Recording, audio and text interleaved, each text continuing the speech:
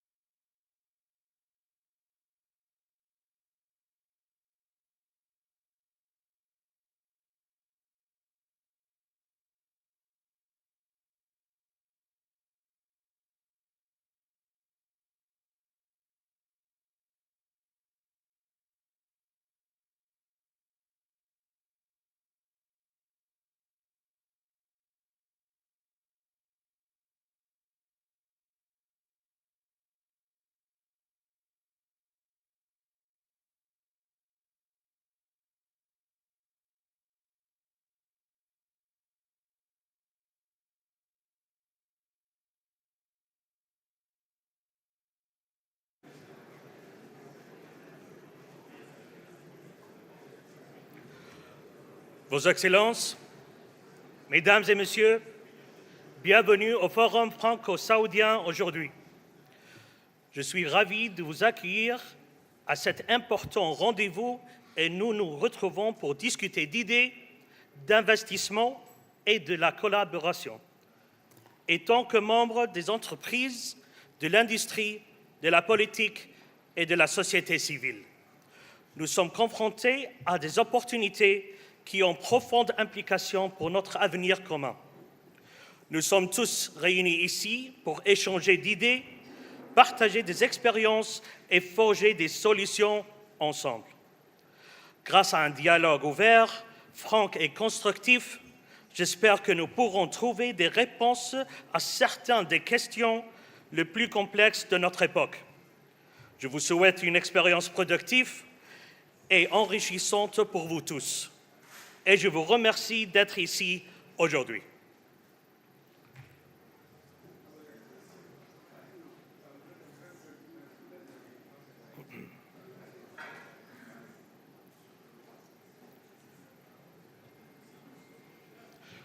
Your Excellencies, ladies and gentlemen, my name is Abdurrahman Al-Ambar, and welcome to the French-Saudi Investment Forum. Today we gather as distinguished leaders from business, industry, politics, and civil society to discuss ideas, investments, and close collaborations. Through open dialogue, we aim to find solutions to complex challenges that shape our common future. I encourage you to engage in fruitful discussions, share experiences, and forge new paths together. Your presence here today is a testament to your commitment to progress and prosperity. Thank you for being part of this important forum. And now, ladies and gentlemen, to begin, I would like to direct your attention to the screen for a video on the French-Saudi investment relations.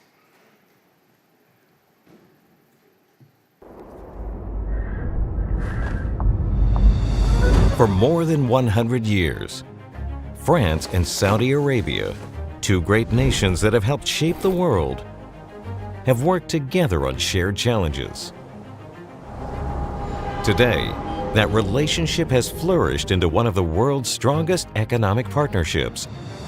French companies have been at the heart of Saudi Arabia's development for decades and are now bringing essential investment to support the transformation of Saudi Arabia under Vision 2030. At the same time, Saudi Arabian investment has supported the growth of the French economy with ever greater cooperation between them. As both countries look to the future, now is the perfect time to explore new opportunities for growth and collaboration. And the France-Saudi Investment Forum is the platform to do just that.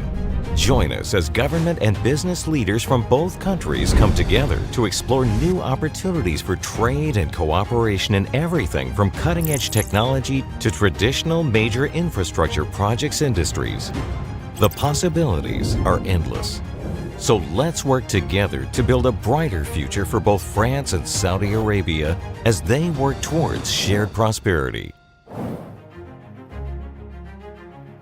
Welcome to the French-Saudi Investment Forum.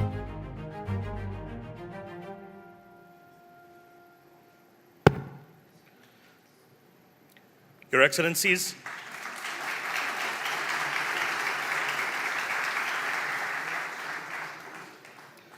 Your Excellencies, ladies and gentlemen, I would like to welcome His Excellency Olivier Becht, Minister of Foreign Trade, Attractiveness and French Nationals Abroad, to the stage for his welcoming remarks.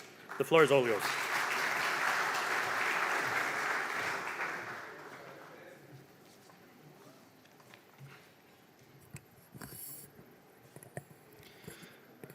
Well, Your Excellencies, dear ministers, distinguished ambassadors, Mr. General Director of MEDEF International, Mr. President of Institut Choiseul, dear Pascal, ladies and gentlemen, I'm very happy to be here with such a fine gathering for this French-Saudi Investment Forum.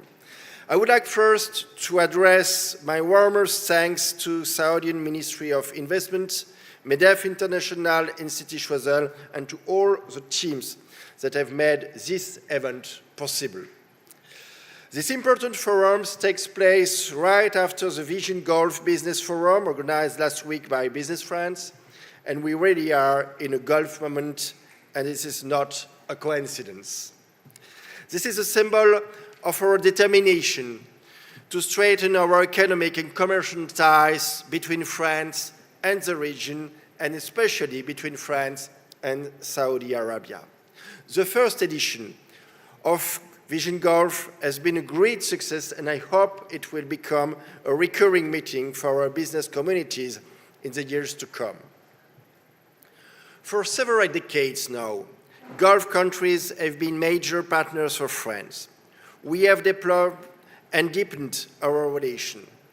Among Gulf countries, Saudi Arabia is by far our most important trading partner in the region and strategic partner for our country. As stated by the French President Emmanuel Macron and His Royal Highness the Crown Prince Mohammed bin Salman 3 days ago, the common goal of France and Saudi Arabia is clear: to boost as much as possible our bilateral ties in all our dimensions. Our economic ties are an evidence of this closeness. Once again this year, our trade is on the rise, reaching a record level of almost 11 billion euros in 2022, completely erasing the effects of the COVID crisis on our bilateral trade. Our cross investments are also significant. 2.1 billion euros in 2021. Saudi Arabia is a leading destination for French direct investment in the Gulf regions, and more than 130 of our companies are already present in Saudi Arabia. We deeply value our relation of trust and friendships that extends far beyond economic matters. It touched all sectors, from diplomatic coordination to regional security, energy and climate change, academia and culture. Today, our two countries maintain an ongoing, in-depth dialogue as witnessed by the current official visit of His Royal Highness the Crown Prince Mohammed bin Salman, and by the many ministerial visits between our two countries. We can be proud of this profitable cooperation, especially in the transport of energy sectors. It is now our role to work together to maintain this momentum. The global challenges such as energy, climate change, and digital transition are already disrupting our lifestyle and economies. Massive investments are required to tackle those strategies and benefits from them. In this respect, and especially on climate change issue, I believe it is France and Saudi Arabia's responsibility as G20 nations to ensure the funding of the fight against this global and unprecedented challenge. The summit of a new global finance pact organized in Paris on June 22 and 23rd, which is co-chaired by the French President and in which will participate the Crown Prince, will be an important milestone in this regard. Our two countries will also have to show their ambitions during the COP28, which will take place in the Gulf in Dubai. Last but not least, sustainable cities, a major objective of Vision 2030, are in the spotlight. I believe Saudi's numerous and tremendous ambitions offer far array of partnership opportunities between our two countries, whether it is NEOM, Red Sea, Alula, Qiddiya, or many others. The challenges involved are numerous: renewable energies, transport, water management, urban policy.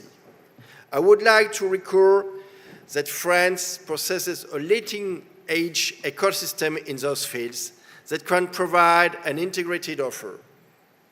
Therefore, the question of sustainable cities can lead to intense cooperation between French and Saudi companies. Saudi Arabia has positioned itself as a pioneer with its Vision 2030 program, a bold and ambitious policy that means shared opportunities of our countries. Tourism, one of the main objectives of this plan, could be the source of an advanced partnerships given France's expertise in this field. Saudi Arabia possesses an extraordinary cultural, historical, and natural heritage. This is ripe for development. I was able to see it myself when I visited Alola in December 2022, an exceptional heritage site with a true ecological value. I'm glad that France plays a unique role in supporting Saudi authorities to develop these regions through Alola, both culturally and economically. I believe that innovation and solutions can also come from our entrepreneurs and our youth. To this end, we are bringing our entrepreneurial ecosystem closer together to create a positive dynamic for our countries. This will be very efficient, and I'm sure to deal with the common issues such as food or health. In this regard, a delegation of health companies and institutions like French Healthcare or Medefi traveled with me to Saudi Arabia in December. They were all very keen to explore new cooperation with hospitals, universities, companies, and use innovation to achieve Saudi population's health needs. There are many ways in which we can cooperate. As started by the French President and the Crown Prince last Friday, Saudi investments in strategic sectors in France, such as tech materials, are essential. France also has its now program named France 2030 that aims to build the France of tomorrow. It focused on innovation as well as the ecological and energy transition. We are investing in decarbonized hydrogen, decarbonization of industries, electric mobility, new technologies. Our country's business environment has been completely overhauled through various tax cuts, administrative simplifications, research, development incentives, or labor market reforms. In 2022, France was, for the 4-year running, Europe's leading host country for foreign investment projects. France's business environment, boosted by France 2030, open up opportunities that I invite Saudi companies to seize, especially as they are related to our common priorities. Besides, I must say we would be very honored to welcome soon in Paris the opening of an office of the Public Investment Fund.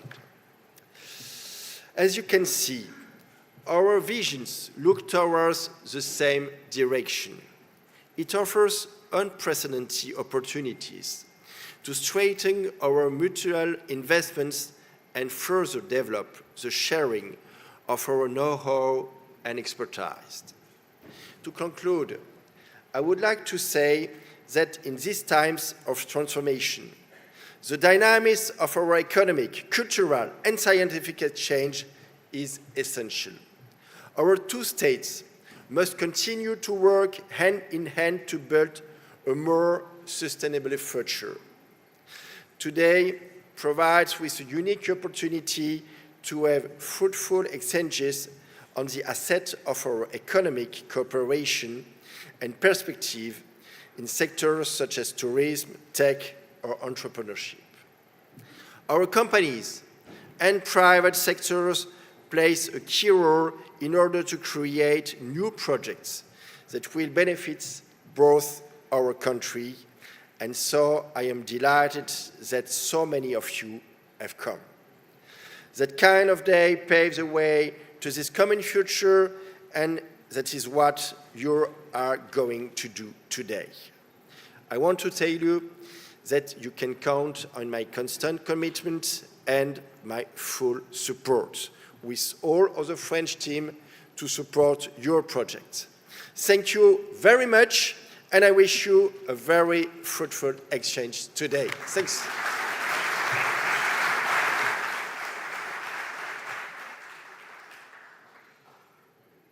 Thank you very much, Your Excellency. Now I'd like to welcome to the stage His Excellency Khalid Al-Falih, Ministry of Investment to the Kingdom of Saudi Arabia. Your Excellency.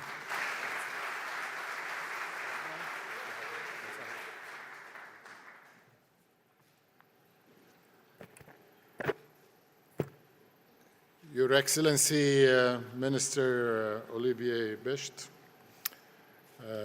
Excellency Minister Abdullah Swaha, our Minister of Communication and Information Technology, Excellency Mohammed Tamimi, Ambassador Ludovic Polier, Excellencies, ladies and gentlemen, bonjour, sabah al-khair, good morning to all of you. Let me start by expressing my heartfelt gratitude to His Excellency Olivier Besht for inviting us to France and particularly to Paris, the beautiful city of light here in this beautiful and nice period to be in France, where everything seems to be happening. Amazing energy and vibrancy.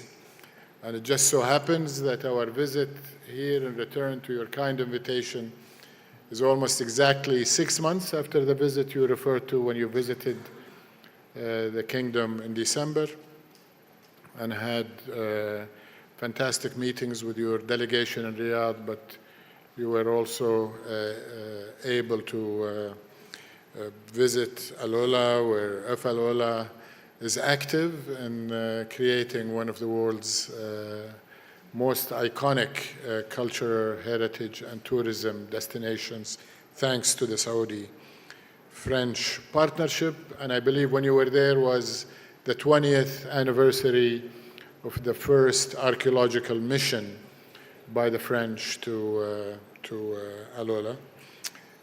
I want to also extend my thanks to MEDEF, Business France, for their partnership with Invest Saudi in staging this very large and impactful crowd to get together and network and create great things for our partnership. I also want to thank CAFS, the Saudi-French Business Council, for the work they do. They just held their meeting. You and I, Minister, were able to listen to them, address them, and help celebrate also their 20th anniversary. So we truly thank the Business Council for what they do. And our engagement today in this gathering takes place as His Royal Highness the Crown Prince and Prime Minister Mohammed bin Salman is currently visiting France. I think it is very symbolic that this is his second visit in a year, and also a visit that's taken 10 days, starting with a summit meeting on Friday in the Élysée Palace, and will, of course, include attending the summit for a new global financial pact that you mentioned in the next few days, and also coinciding with the General Assembly for Expo 2030, where we believe Riyadh is on its way for securing the candidacy to become the destination for the world in 2030 to showcase many of our achievements under Vision 2030. And I'm proud to say in this setting that many of those achievements will have the fingerprints of French-Saudi partnerships all over them. Excellencies, ladies and gentlemen, the engagement between France and Saudi Arabia is not new, but spans nearly a century. In fact, in 2026, we'll be celebrating 100 years of diplomatic relationships between France and Saudi Arabia. Both countries hold bold ambitions, and we have, of course, every reason to feel confident that our ability to realize those ambitions under Saudi Vision 2030 and France 2030 plan will be achieved, especially with the strong, dynamic leadership that both countries enjoy under His Royal Highness Prince Mohammed bin Salman, under the guidance of King Salman, and of course with France under President Emmanuel Macron. France is the world's 7th largest economy, but continues to hold the top position as the European Union's preferred destination for FDI, and I congratulate the French government and you in particular, given the fact that this is your role within the government, for continuing to hold this position for the 4th year in a row. In terms of bilateral relationship, you mentioned, Your Excellency, that we have achieved 11 billion euros of trade in 22. That is a growth of 47% year on year. I'm also happy to report that France is currently the 3rd largest foreign investor in the kingdom, which is quite significant, with investments amounting to some 15 billion euros as we speak. My records show that we actually have more than 110 French companies in Saudi Arabia. We have 360 licenses that have been granted to wholly owned French companies or joint ventures from France who are operating in the kingdom, with their presence having expanded 43% since the year 2020. So fantastic growth, and we are so proud that so many of these companies are part of Saudi Arabia's exciting journey, and I'm honored that many of them have joined us here today. Meanwhile, ladies and gentlemen, the kingdom's economic and investment performance at the midway point between the launch of Saudi Vision 2030 and its completion by the end of this decade is very much ahead of schedule.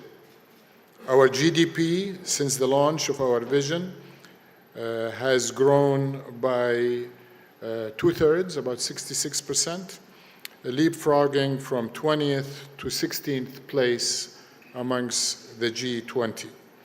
And our non-oil revenues have increased by 120%, more than doubling. Our FDI, we estimate, has quadrupled from the period before the vision and where we are today. So we are delivering on all economic key KPIs. Unemployment, which was a concern before the vision at 13%, has dropped to 8%, with a target by end of the decade of 7%. So we're going to be, inshallah, well ahead of our target. And qualitatively, I'm proud to say that women participation in the workforce has more than doubled. And in fact, of the 2.2 million jobs in the private sector, more than 50% today are occupied by female participants in the workforce. Many sectors of the Saudi economy are primed for joint investments between our fantastic private sector, Saudi and French alike. Some of them will be discussed in depth through the deliberations of our forum and the B2B meetings that will be taking place between the participants in this conference. But allow me to quickly touch on a few of the key ones, and forgive me if I have to skip some other important ones. Now, first and foremost, and you alluded to it, Your Excellency, in your remarks, for Saudi Arabia and France is tourism. the Kingdom is actively ramping up our adventure destinations, sustainable tourism, and UNESCO cultural heritage sites for inbound visitors. We've discussed both Al-Ula, and we've seen images of some of our destinations in the film. By 2030, we aim to welcome over 100 million visitors annually, with the requirement of an additional 300,000 hotel rooms catering for the needs of these 100 million. I am proud that hotel chains from France are playing a key role, and of course, Accor has over 50 hotels, and they are looking to double that. But around tourism and related tourism is quality of life offering in the Kingdom. And we have a quality of life program. I'm glad that Khalid, the head of the program, is with us today. In fact, I am proud that our French-speaking MC is also coming from our quality of life program. The program includes hosting many global events, sporting events, musicals, concerts, film festivals. Of course, the Kingdom now is a key destination for Formula E, the Formula F1 Grand Prix. We are building concert halls, opera houses, and cultural centers, and museums, and I'm glad that companies like Chargeurs are active in Kingdom, bringing their museum expertise to the Kingdom of Saudi Arabia. We're also establishing and developing film and music festivals for our vibrant, young, and fast-growing population. At the Cannes Film Festival last month, for example, 4 Saudi short films and documentaries were featured in special event, while our Cultural Development Fund at the Cannes Festival unveiled 2 separate film sector funds worth more than 160 million euros to help develop our film industry. But shifting to perhaps the most vibrant part of the global economy, and in the presence of His Excellency Abdullah Swaha, whom we will have the pleasure of listening to in a little while, we're excited about the exciting digital economy, which contributes today over 15% to global GDP and growing at 2.5 times faster than physical GDP, making it of utmost importance to both France and Saudi Arabia. We're actively promoting in different ways entrepreneurship and technology to harness the power of the digital revolution and grow our digital economy. And I have to repeat my admiration for the very impressive Station F, the world's biggest startup campus right here in Paris, which was visited by a strong delegation a few days ago. It is your flagship for entrepreneurship, and it may have inspired His Excellency building our own mega incubator, the Garage, which will be hosting many startups. We hope many of them will be French startup at the heart of Riyadh.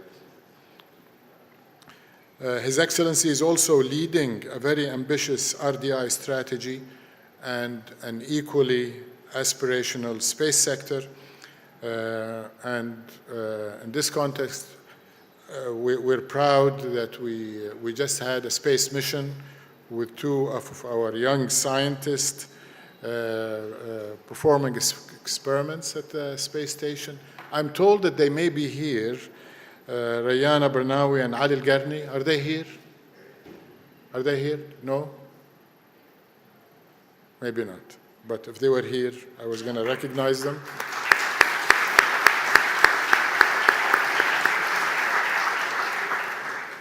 For the great work they do under the guidance and support of His Royal Highness and the hard work of the space agency set up by His Excellency Abdullah Swaha. Every young Saudi now wants to be an astronaut. And I hope we will be seeing Ariane rockets taking future astronauts from Saudi Arabia in a launch pad in the kingdom that we built together. Our delegation is also joined by several impressive startups, several of which participated in VivaTech last week under the Invest Saudi booth. And I know there is a lot of interest among Saudi institutions to invest in new technologies here in France, and we will support them with funding, matchmaking, and soft support. Quickly shifting to mobility and transportation, let me spotlight your French global champion, Alstom, as a global leader in green and smart mobility, and we hope will continue to be a key contributor to the advancement of the kingdom's transport infrastructure. Alstom already supplies the equipment, operation, signaling, and servicing of 4 Riyadh metro lines as a partner in several consortia on the world's largest project of its types, in addition to being involved in the Haramain high-speed rail line between Mecca and Medina. Shifting to aviation and aerospace, several orders are soon to be announced in aviation and aerospace, and one of them, in fact, is being announced as we speak between Airbus and Flynas at the air show here in Le Bourget. We're also proud of, and we call for more French participation in building the value chain of aviation and aerospace. We have a small start that we hope will mushroom, which is the contract or the investment by Figeac Aero with Dussur to build structural components for airplane. In terms of marine and maritime, there is an existing partnership between Azamel and the French company CMN to work on localization of a fast military interceptor vessels in Dammam, and we're sure much larger localization of naval operations will be taking place with other larger defense naval companies from France and the kingdom.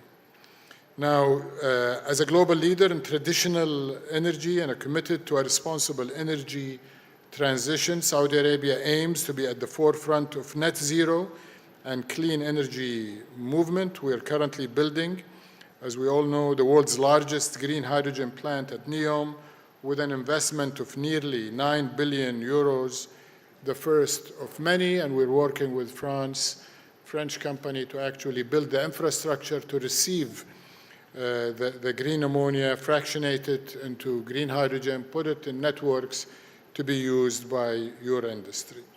But we're not stopping at that, and Aramco, not to be outdone, is building the world's largest blue hydrogen system in the Eastern Province with 100 billion euros targeted for investment, and some of it will be in conjunction with companies like Total Energy and other French companies. Let me, in this context, congratulate Saudi Aramco and Total Energies on their final investment decision announcement last December of the Amiral Petrochemical Joint Venture Project. This investment of more than 10 billion euros is a critical contribution to the development of new molecules in the kingdom that will unlock additional downstream value chain technologies. Another success story is Air Liquide's clean energy undertaking, commissioning hydrogen production and a network grid in Jubail and Yanbu. There is also noteworthy is Saudi Aramco's minority stake in the new powertrain engine company joint venture established by France's Renault and China's Geely. These, ladies and gentlemen, are only signs of more great things to come. Finally, investment without finance doesn't flows, and the financial sector is also full of opportunity. We estimate in the Kingdom a credit demand to feed the 3+ trillion of investment I mentioned, exceeding 1.2 trillion euros by 2030, which our financial sector will not be able to meet on our own, and therefore we're seeking financial investment to feed this credit demand. For example, we aspire to grow domestic debt capital market volumes by an estimated €500 billion. French banks, including BNP Paribas, Crédit Agricole, Natixis, and Crédit Mutuel, are becoming major actors in ESG financing and already working with the Kingdom to support us achieve our ambitions in this space. So, Your Excellencies, ladies and gentlemen, before I conclude, let me state that by the end of this decade, an incremental investment of more than 3 trillion euros will have been created in the Kingdom, and we are going to meet or exceed that target. And we hope much of it will have been in conjunction with Saudi-French associations and collaboration. The sectors I mentioned today are only a sample, with much more available across all value chain. And it's our desire to see all of you, our friends and partners from France, take full advantage of these opportunities available in Saudi Arabia, and we invite you to join us on this exciting journey of collaboration, cooperation, and co-creation of the future, not only for our two countries, but indeed for humanity. So in closing, allow me to express my heartfelt gratitude once again to our generous hosts for bringing us together, and to all of you for your kind attention, and I very much look forward to your deliberations and the great results you will bring to our joint mission. Thank you very much. Merci beaucoup.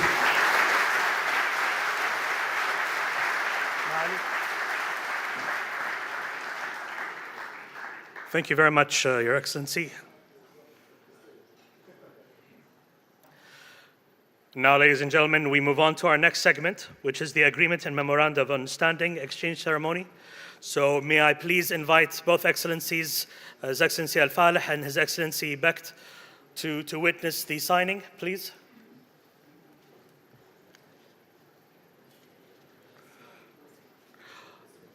And Your Excellency Al-Sawaha, also, if you may also join us.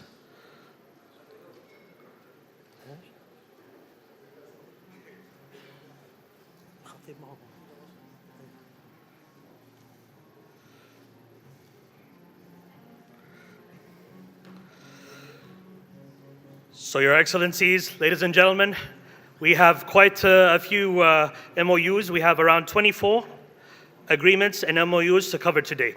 So let's begin. Can I call on Mr. Christophe Bernard from SPY Group, Board Member, Managing Director, to the stage to sign an MOU with the Ministry of Investment to define and promote major operations and maintenance investment opportunities and in the energy sector.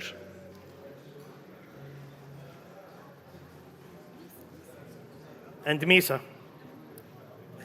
Oh. Mr. Ammar Altaf, may I invite you to the stage?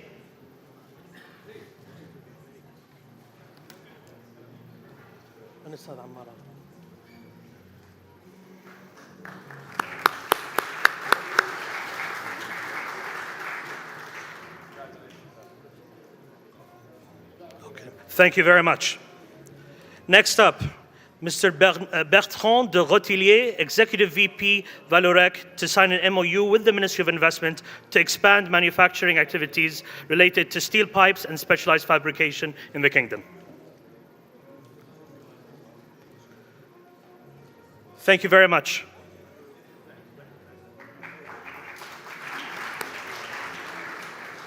Can I please call Monsieur Denis Lemau, Director of Contracts and Municipal Development of Veolia in Africa and Middle East. Veolia to the stage to sign a memorandum of understanding with the Ministry of Investment to explore participation in the waste management sector in the Kingdom.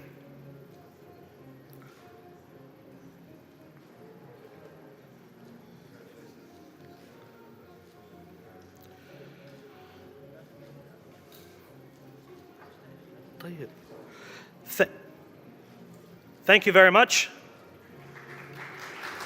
Our next MOU today is between Monsieur Jean Santemac, CEO and Chairman of Axen, and the Ministry of Investment to evaluate investment opportunities in the localization of furnace fabrication, expand the current catalyst production facility, and establish biogas productivity facility in the Kingdom of Saudi Arabia.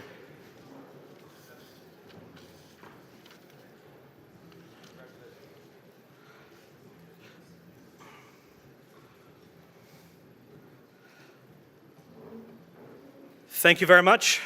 The next MOU is between Mr. Eric Schell, Executive Chairman of Global D1, and the Ministry of Investment to collaborate on developing the VC sector in Saudi Arabia through enhanced business networking and entrepreneurship.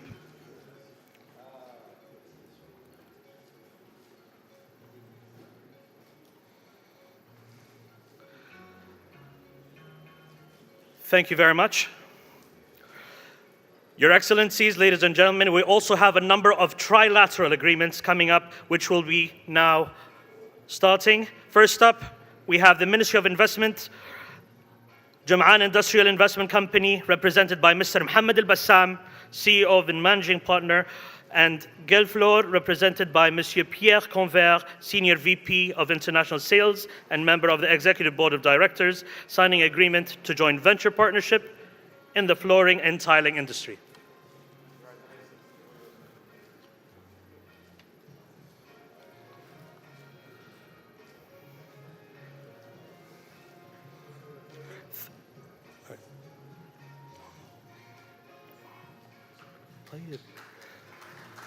Thank you very much.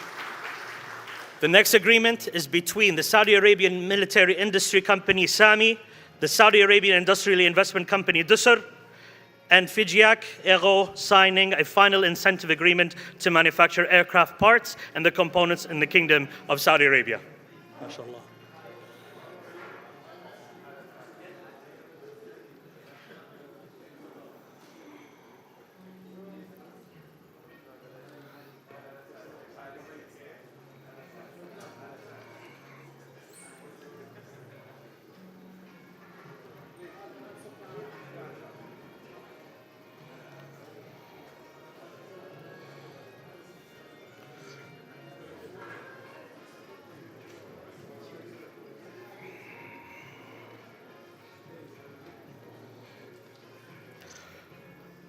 Thank you. Thank you very much. Now may I call on Mr. Abdurrahman Al-Ziyadi, VP of Atlas Elevators, Monsieur Patrice Arnaud, owner and CEO of Sodimas, to join the Ministry of Investment on stage to sign an MOU on manufacturing, assembling activities related to elevators, escalators, and moving walkways in Saudi Arabia.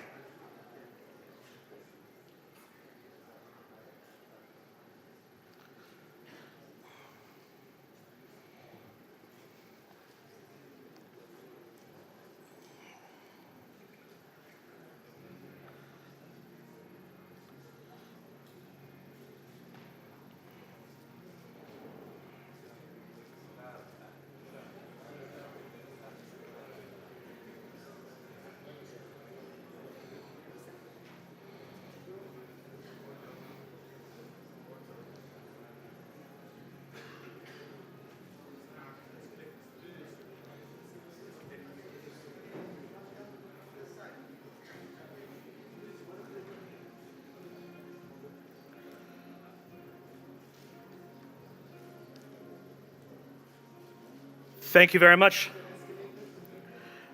Now, ladies and gentlemen, we begin the business-to-business agreements.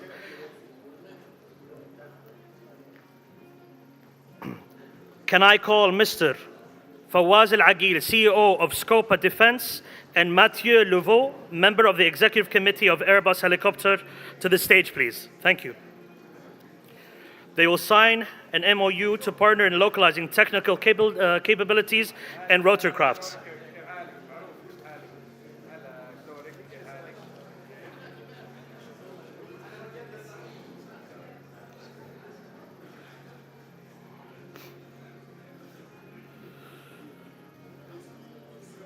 Next. Oh, Hadi.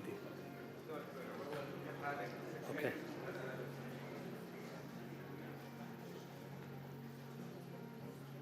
Okay.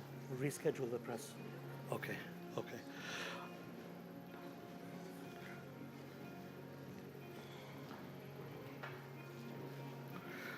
Thank you very much, gentlemen. Next up is Dr. Abdurrahman Al-Alayyan, Managing Partner of Beta Labs, and Guy Tristram, Chief Executive Genopole, to sign an agreement to build connections between Saudi and France to deep tech startups.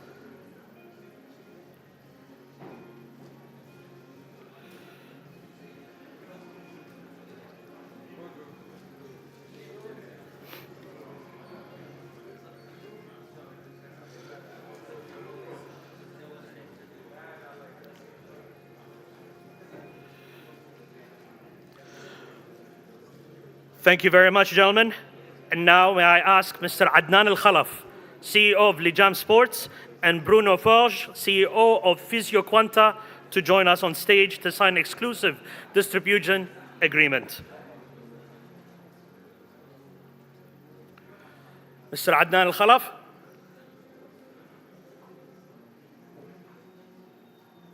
Oh, هنا. يلا.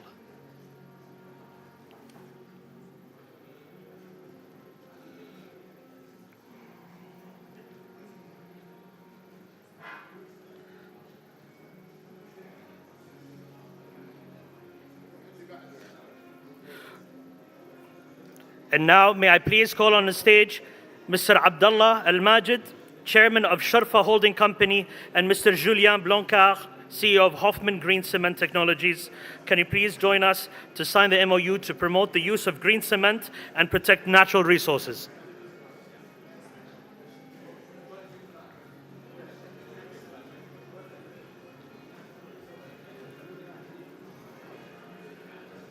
Mr. Abdallah Al-Majid.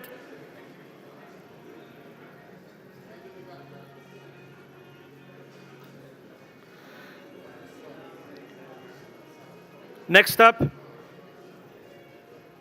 can I call on Mr. Saad Al-Salama, GM of Hawsaba Company, and Mr. Tiero Orosso,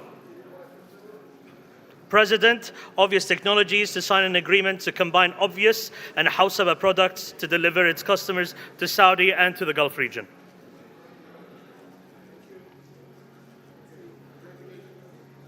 Yalla. Thank you very much.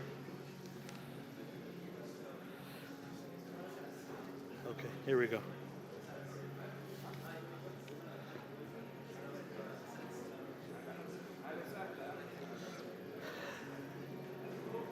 Next, may I call Mr. Ahmed Al-Bdayya, CEO of Sharfa Holding Company, and Antoine Moussa, PPX CEO, MENA, to join us to sign an agreement to the design of construction supervision sector.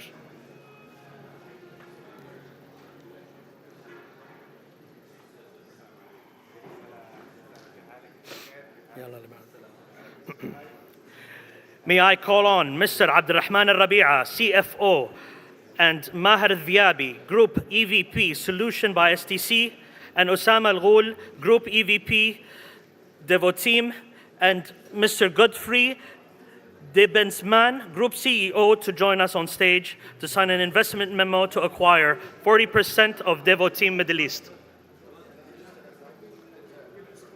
Just gold.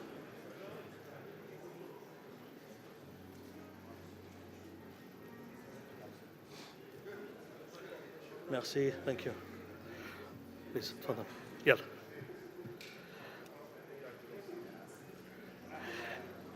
May I call to the stage Mr. Nu'man Al-Azami, Country Manager, Al-Fanar Projects, and Mr. Terry Fkhomon, Chief Executive Officer, Middle East of Veolia Water Technology, to sign a business collaboration agreement in water projects. يلا وينهم؟ يلا.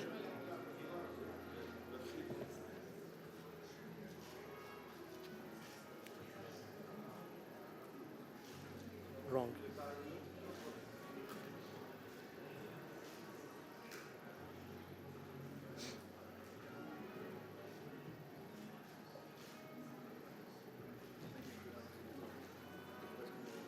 Il y a encore un. Il y a encore quatre. 4 ou 5. Can I please call on the stage Mr. Hassan Sharbatli, CEO of Elite Hospitality Trading Company, and Benjamin Patou of Noto. Yes. Again. Mr. Nu'man Al-Adami, Country Manager from Al-Fanar. And Terry Fromont, Chief Executive of Middle East and Veolia Water Technology.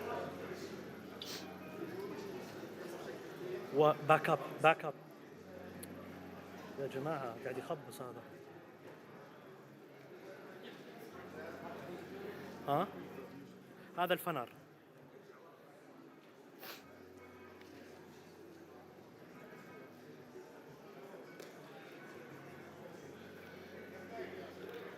باقي فوق. باقي 4 طال عمرك.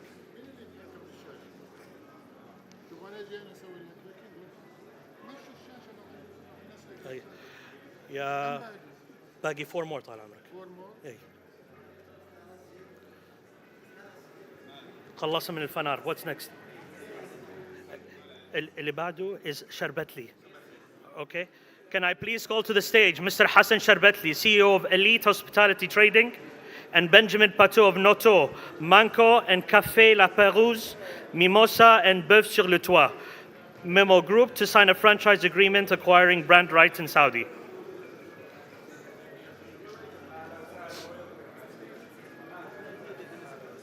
هو قاعد يعجلني الوزير.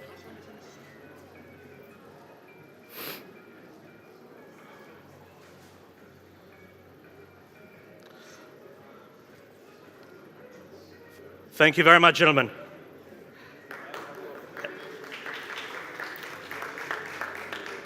And now may I call on the stage Mr. Abdullah Al-Babtain, Board Member of International Hospitality Company and ECF Resto Fair, represented by either Christophe Allot or Yann Dalois, to sign an agreement to represent Resto Fair brand in Saudi Arabia.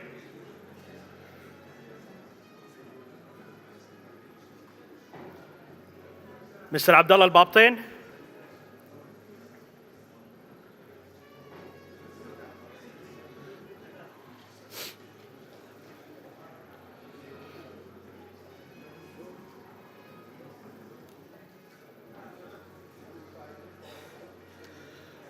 Yeah, let's go.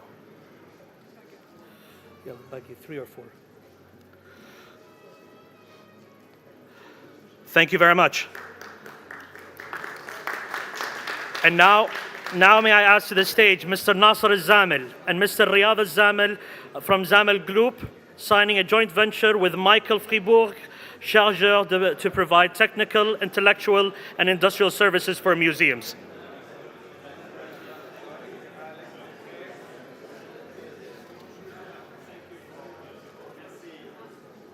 Don't mention? No press. No. Fine. I won't.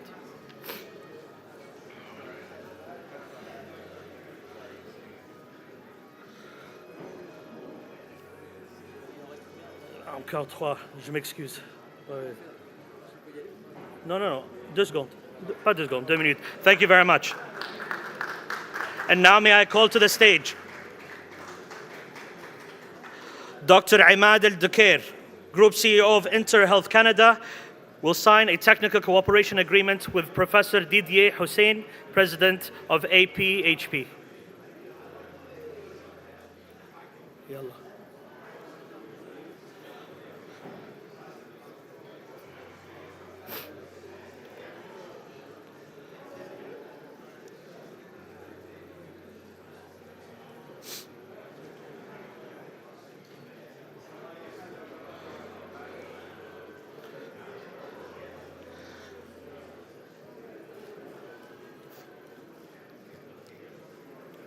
Thank you very much, gentlemen.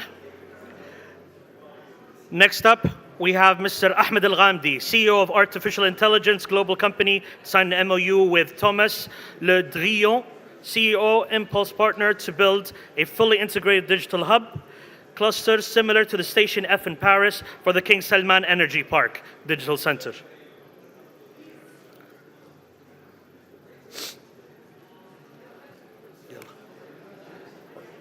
Almost done, almost done.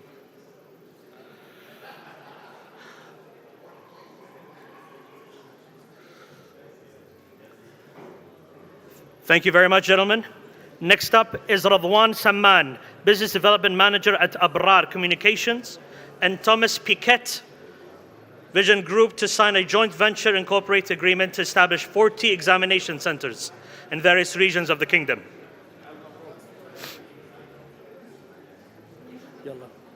Two more.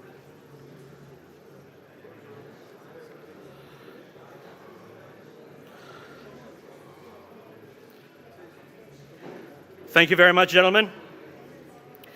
May I call to the stage Mr. Nasser Al-Tamimi, CEO of Ras Mal, and Iman Shakur, CEO of Blossom Accelerator, will now sign an MOU on facilitating the collection of investment on startups.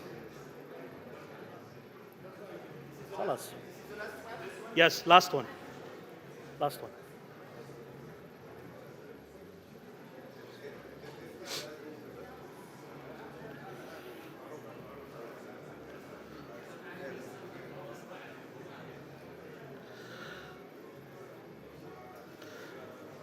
Thank you very much.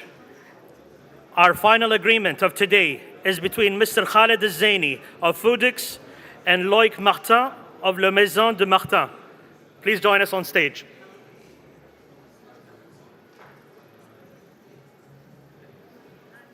خلاص.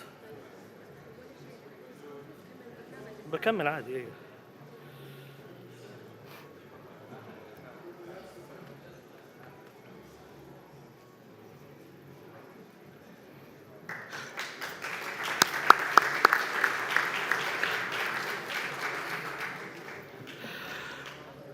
Your Excellencies, thank you for joining us on stage.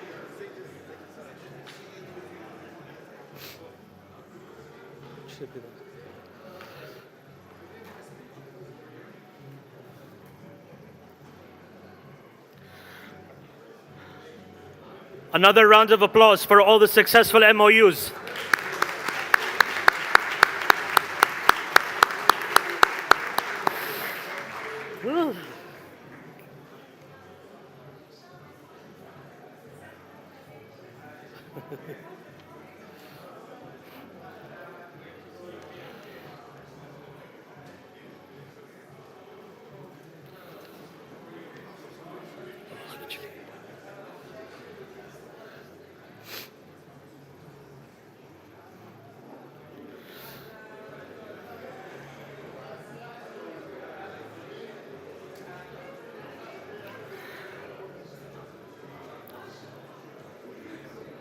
And now, ladies and gentlemen, we move on to our next segment.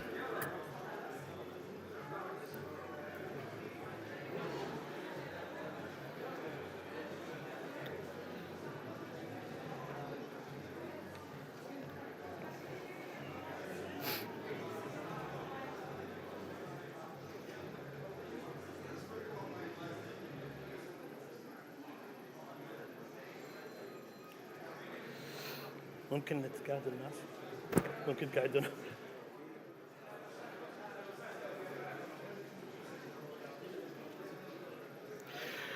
Thank you very much, everyone. And now we move on to the presentation segment. I would like to welcome Mr. Abdul Jabbar Al-Shreeti, Chief of Center of Excellence, Economic Cities and Zones Authority, to give his first presentation, and also followed by a video. The stage is yours. Thank you. Saudi Arabia lies at the crossroads of East and West, connecting 3 continents. The country is rapidly transforming, buoyed by a surging economy.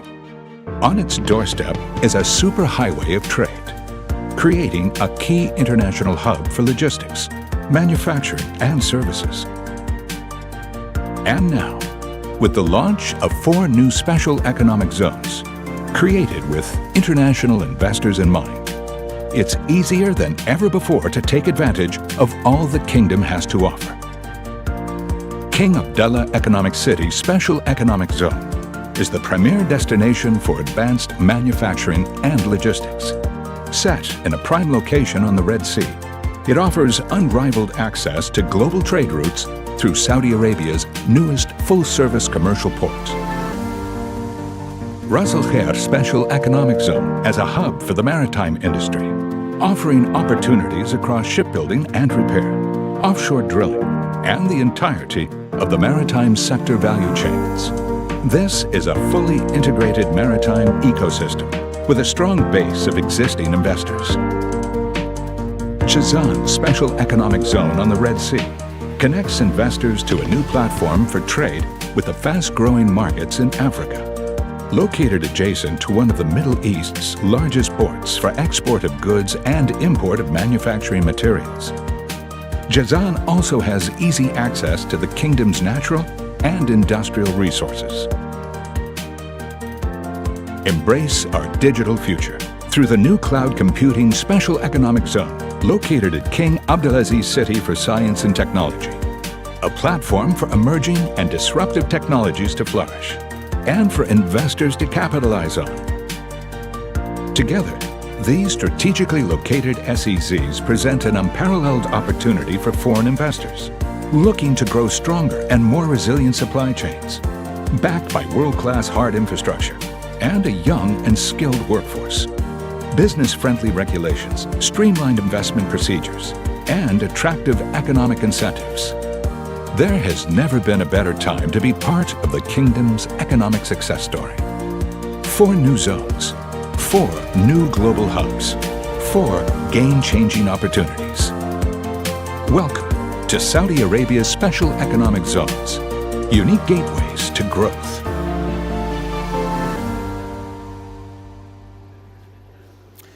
Your Excellencies, esteemed guests, ladies and gentlemen, Vos Excellences, distingués invités, Mesdames et Messieurs, c'est un grand honneur, un immense plaisir que je me tiens devant vous aujourd'hui pour mettre en lumière les opportunités que les zones économiques spéciales récemment lancées au Royaume offrent aux communautés d'investisseurs français et internationaux. Over a month ago, His Royal Highness, the Crown Prince Mohammed bin Salman, announced the launch of Saudi Arabia's first tranche of Special Economic Zone, part of a long-term program to drive towards Vision 2030 and the socio-economic transformation of the Kingdom.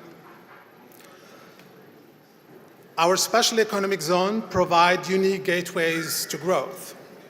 Stability, prosperity, connectivity, and investor centricity are the foundation of the ecosystem. On top of these, each of our zones leverage their own strategic location, a government commitment to localize value chain and ease of doing business to provide a compelling proposition for investors. In today's fast-changing and uncertain world, investors first and foremost seek stability. This is what the Kingdom and the zones offer. Our impressive economic growth in 2022 is not a one-off. The forecast for this year will exceed the global average. The confidence is echoed by investors as well. Annual FDIs inflows have grown exponentially. These impressive numbers mean nothing without stability. As the only country globally to have all 3 credit rating agencies upgrade their outlook this year, we are building from a solid foundation. This impressive growth story is underpinned by 7 factors that give a competitive edge in today's world. Strategic location, on a trade superhighway, a financial sector that is thriving and growing, an ample and competitive access to key resources, supplemented by a young, high-skilled and digitally capable workforce. Our urban centers are transforming. We are not only a safe place to live, but a vibrant and exciting place to grow and raise families. All of this is underpinned by an ambitious reform agenda pursued by our visionary leadership that create game-changing opportunities for those in the room and beyond. So what does the business environment for SEZ look like? Building on base economy regulations and guided by international best practices, we've developed a framework underpinned by 4 core principles: transparency, stability, simplicity, and flexibility. Let me give you a few examples. Simplicity in the way the investor can obtain licenses to operate in our zones. One integrated one-stop shop platform centralizes key government services, reducing investor touchpoints. Simplicity in the way is in how investors import and export. Transparency in the way that investors understand their tax and custom commitment. Stability in the way they manage real estate. And flexibility in how investors manage their labor affairs, including seamless transfer of labor across zones and between companies. And recognizing that the commercial matter, our ecosystem helped direct investment through a mix of internationally competitive tax, custom, and labor incentives. The initial tranche of special economic zones located on both coasts of the kingdom as well as in the capital, as you have seen in the video, and the early results speak for themselves. Investors globally recognize the power of our offer. So let me shed some light on each of the zones very briefly. Cake, King Abdullah Economic City Special Economy Zone, has an unrivaled location and the world-class port infrastructure located in the Red Sea. Close to Jeddah, it provides access to a city of 4 million people and ready pool of talent. This is important in supporting our ambition in 2 core sectors. One of them is the electric vehicle and the ambition of the kingdom through Cake to house the first end-to-end electric vehicle cluster, taking advantage of growing global demand for clean mobility, 2 OEMs, and the growing supply base already in place. Cake offers a very competitive tax, custom, and labor incentives, as you can see on the screen. Moreover, the value of the zone has already been recognized by international investors. Lucid and Sear will significantly increase the kingdom EV production capacity. Suppliers are also setting up operations in the zone, but this doesn't mean that there is no more space. There remains significant opportunity of other OEMs and component manufacturers to join this growing, vibrant ecosystem. Moving on to Ras Al Khair, located at the heart of the Arabian Gulf and one of the busiest tanker lines, where over 50,000 tankers pass through every year. One key number here to remember, 40% of the zone is already occupied, with active discussion ongoing with supply chain, manufacturer, and end-to-end maritime cluster isn't an ambition, but a fast emerging reality. Ras Al Khair also offers competitive tax, custom, and labor incentives similar to Cake. As I referenced, the ecosystem is already vibrant. IMI will localize shipbuilding, offshore rigs, and MRO, while the others will create the beginning of a vibrant and end-to-end supply chain. Moving on to Jazan, it presents a regional gateway for global investors to access high-growth market. The zone recognizes and addresses 2 key regional and global imperatives through its offer: the need to supply large infrastructure projects globally and supply a drive towards food security. Jazan is called the fruit basket of the kingdom, with 700 square kilometers of agri-land and a thriving aquaculture ecosystem. It offers similar set of incentives as the 2 previous and has a set of investors who have already landed their operation on the zone. The way in which we live and work is fast advancing, with technology such as AI, blockchain, moving from niche to mainstream, there is one common underpinning factor: cloud infrastructure. The cloud computing SEZ is the kingdom answer to this advancement. It has an innovative and unique model that allows cloud providers to set up and operate anywhere across the kingdom while maintaining headquarters in the capital. Cloud SEZ will provide cloud providers with coverage of double taxation agreements as well as critical other incentives. MOUs signed with Microsoft and Oracle to join a range of other tech giants in the kingdom and explore opportunities in cloud computing through the zone. Last but not least, and the first of a wider program of logistic zone adjacent to airport, the Riyadh Integrated Special Logistics Zone is a state-of-the-art facility that provides access to a market of billions. With 3 million square meters and significant capacity, leading global players are already signing up to use the zone as a light manufacturing and a distribution hub. It has a very holistic incentive scheme, and despite being launched less than a year ago, the zone has already landed investment from leading global players. To conclude, I want to leave you with this slide. If you have a chance to zoom on the QR code, you will be able to get access to our brochure, very detailed in different languages. And I invite you to explore the game-changing opportunities presented by the Kingdom's SEZ to accelerate your business growth. We will be delighted to receive your inquiries and support you in realizing your ambition. Thank you very much.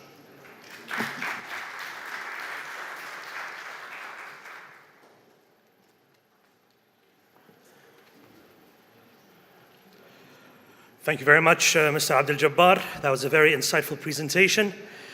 Our next presentation, ladies and gentlemen, is from Monsieur Denis Lefer, Head of Bilateral Trade Relations of the French Treasury. Monsieur Denis, welcome to the stage.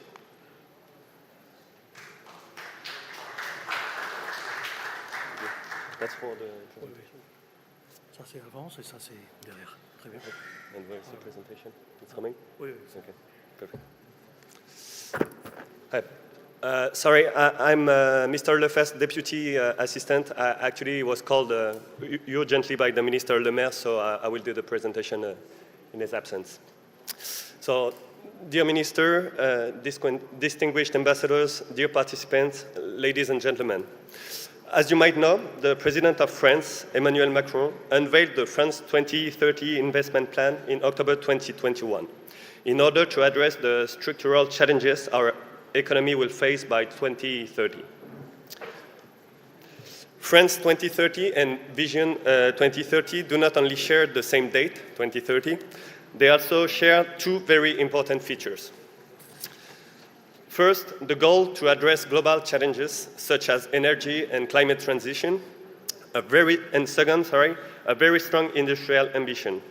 Whether we talk about industrialization or reindustrialization, which is a key political priority for our president, we are talking about pretty much the same thing, building the industry of tomorrow. And that is one main objective of France 2030, to build the France of tomorrow through the emergence of new industrial and technological sectors, like hydrogen, electric cars, low-carbon aircraft, semiconductors, agri-tech, and so on. The more we look at it, the more synergies between France and Saudi Arabia appear evident.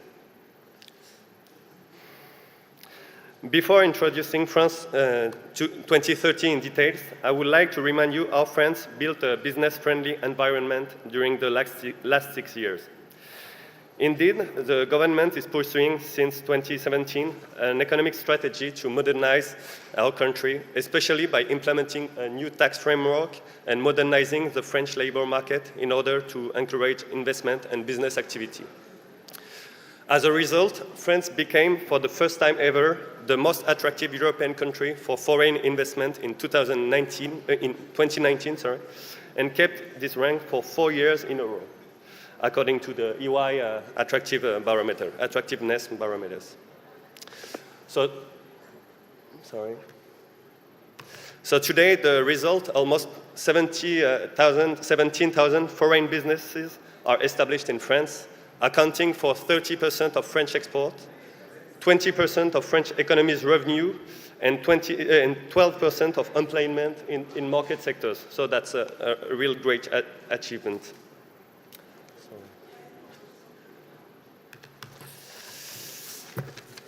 This pro-business agenda has been successful. We have made France more innovative, more competitive, and therefore more attractive for investors, manufacturers, and financial institutions.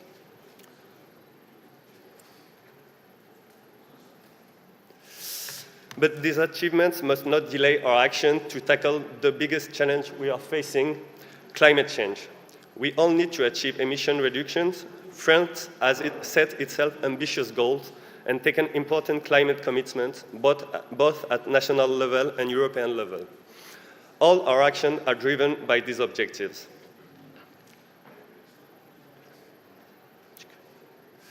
Thanks to our nuclear facilities, second in the world with 61 gigawatts of power capacity, France has one of the lowest carbon emission ratios of the electricity mix in the world.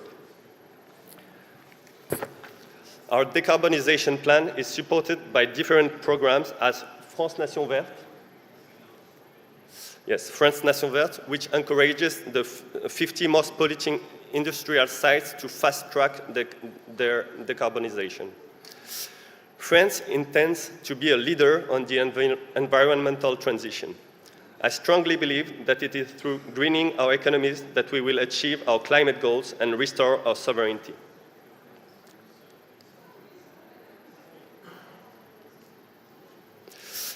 For all these reasons, we decided to launch the plan France 2030 in order to support innovation, the reconquest of industry, technology, and training while decarbonizing our economy.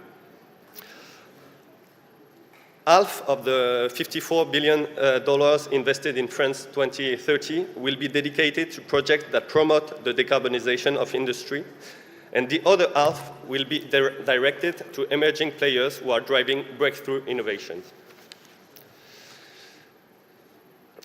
The plan, France 2030, shares 10 objectives to understand better, live better, and produce better in France by 2030.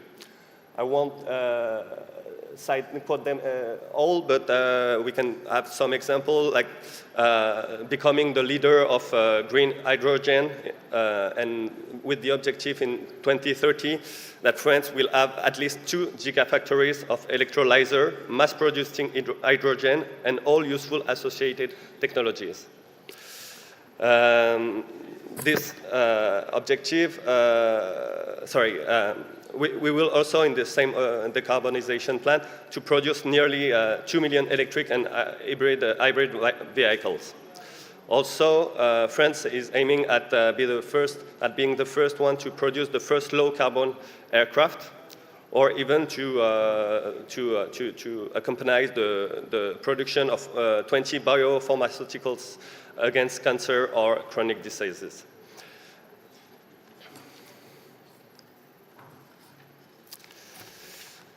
Talents and workforce are the priority to the government. The availability of a skilled, competent workforce in a competitive world is a priority. We intend to further reinforce our graduate and postgraduate education system with 2.5 billion euro of the France 2013 plan, which are dedicated to education and training. We intend to deploy a teaching and digital strategy to prepare ourselves to harness the skills and professions of the future and to create poles of excellence in artificial intelligence. So, yeah. Actually, France 2030 already new significant results with foreign projects awarded in waste management, for instance, with N+P, with carbon-free hydrogen with the John Cockney, and or even batteries with John Deere. So in all this sector, France 2030 is already implemented, and about 12.6 billion euros of the plan has already been committed, and a disbursement target of 20 billion euros by the end of 2023 has been set. So in order to make our economy greener, France has launched a pluri-annual ecologic strategy, moreover. We will negotiate decarbonization trajectory with each of the 50 industrial sites in France, as I said before, that generate most CO2, carbon emission, representing nearly 60% of industrial emission. Moreover, 5.6 billion euros of our France 2030 plan are dedicated to investment in the decarbonization of industry. In addition to this decarbonization industry, a bill on green industry has been presented in the Conseil des Ministres 1 month ago. The bill is structured around 4 main objectives. So the first one is to facilitate and accelerate the establishment of industrial sites in France. To this end, the bill will identify and offer 50 turnkey sites and simplify the environmental authorization procedure for industrial facilities. We will also create exceptional procedure for major projects of national interest, reducing delays for their implementation. The second one is dedicated to financing green industry by mobilizing both public and private funding. We intend to create a green industry investment tax credit and try to channel private savings to green industry investment. Third, the goal is to promote green companies in all government intervention. We also intend to condition public financial support for companies to respect environmental standards, as greenhouse gas emission assessment that we launch. The fourth goal is focused on developing talents for green industry jobs. Measures will be implemented in order to train 50,000 engineers by 2027 and to adapt our training offers to the need of the industry. So, as you can see, our ambition is for France to become the world's most attractive destination for low-carbon industry, thanks to its low-carbon industrial zones, its decarbonized electricity mix, and its excellence in decarbonization technologies. Having said that, let me insist again on one key aspect. International partnership and international investment have a central role to play in France 2030. Today's forum is a demonstration of a momentum we are reaching in the bilateral relations between our two countries. But we are still below our potential when it comes to the economic and investment dimension. So let's intensify our joint work and develop new joint projects serving both France 2030 and Vision 2030. Thank you for your attention. Sorry. Thank you.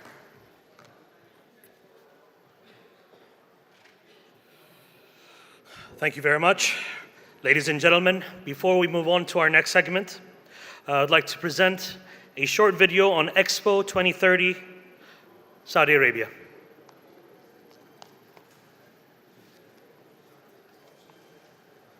Vision. There is not one single vision for our future. We are 8 billion minds and experiences, each one contributing to the story of humanity, each one as unique as the next. We all have the gift of imagination. It knows no bounds, but its power lies in our ability to turn those ideas into actions for the betterment of humanity. Together, we can dream far and wide. We can move mountains or move around them. We can foresee what the future may hold and plan for it to be great. Ours is a global platform, inspiring millions to come, connect, and collaborate for our shared tomorrow. Picture what humanity's limitless potential can do when imagination is unleashed and vision becomes reality.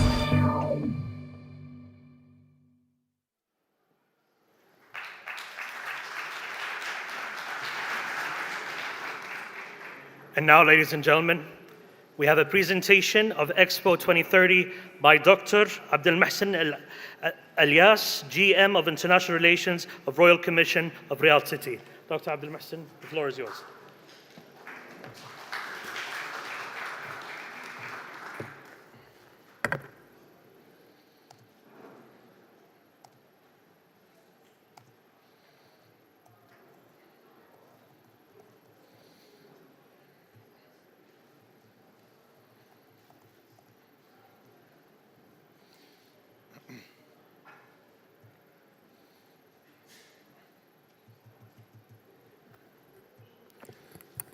Your Highness, Your Excellencies, ladies and gentlemen, it gives me a great pleasure to present to you Riyadh Expo 2030.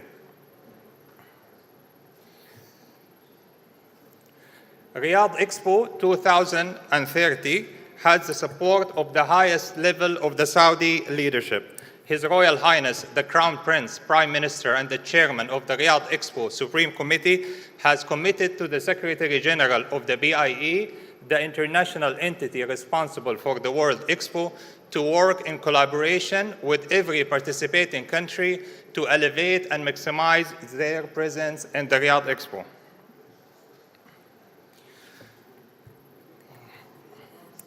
"2030 is a threshold moment for the international community in general and for Saudi Arabia in particular. In 2030, we as an international community will witness the conclusion of the United Nations SDGs, and together we plan the road ahead. In 2030, we will celebrate the 100 years anniversary of the establishment of the BIE, and in Saudi Arabia in 2030, we will celebrate the achievement of a 14 years journey. We call it Vision 2030. Before we deep dive into the specifics of the project, let me start with the host country and the host city. Saudi Arabia is strategically located to connect Asia, Africa, and Europe. Historically, it's where the Islamic Empire has started, and today it leverages its position to enhance international trade and investment. We strategize and move today in Saudi Arabia based on a clear and ambitious vision. We call it Vision 2030. Saudi Vision 2030 doesn't only aim at transforming Saudi Arabia economically, but also socially based on specific KPIs and clear targets. In 2022, Saudi's GDP hit $1.1 trillion, making it one of the fastest growing economies in the world. The Saudi Public Investment Fund is worth today $650 billion, investing in new technologies and innovations both home and abroad. The PIF is also investing in the giga projects, as I will be explaining in the next slides.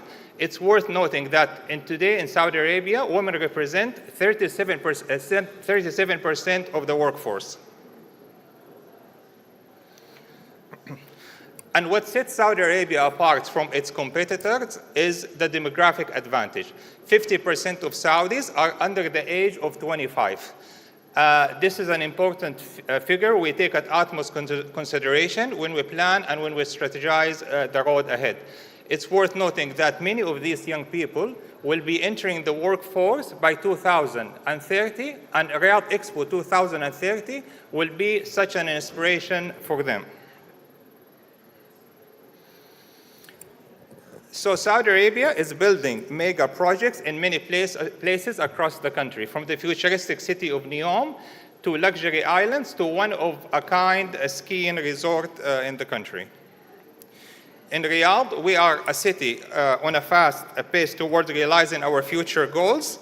Today, Riyadh City is the 46th largest city economy, and we're aiming for Riyadh to be among the top 20 cities economies. Riyadh holds today 7.5 million people, and we anticipate in Riyadh to have 12+ million people in the city. When it comes to the national GDP contribution, Riyadh contributes today $249 billion, and we're anticipating Riyadh to contribute 650 billion US dollars. Let's watch together a short video on Riyadh City.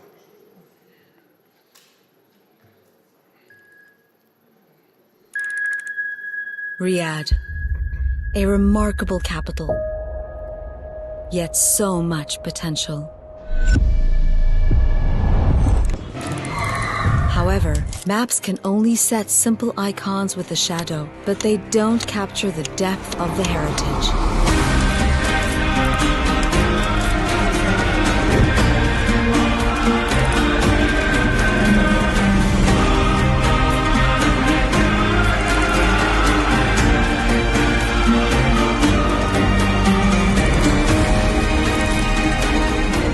Riyadh represents more than a city, more than capital. It's a symbol of persistence, resilience, ambition.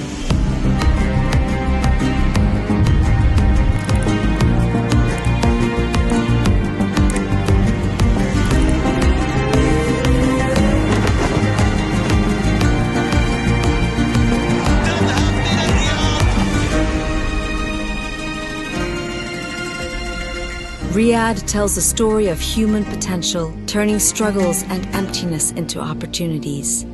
This is the story of Riyadh, and the story is just beginning.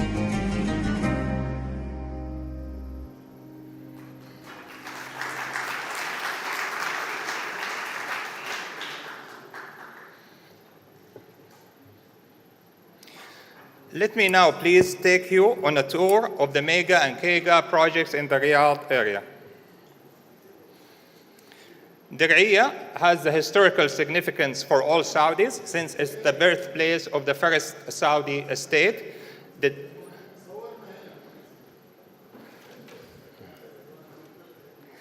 Diriyah Gate projects include Al Tarif Historical Districts, which is a UNESCO World Heritage Site, and the Diriyah offers exceptional investments in hospitality and retail.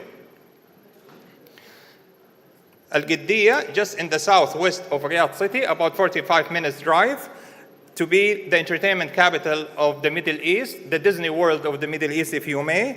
In fact, it will have 10 family-friendly theme parks and the largest F1 track in the world. Once operational, it will attract 48 million people and will be called home for 500,000 people.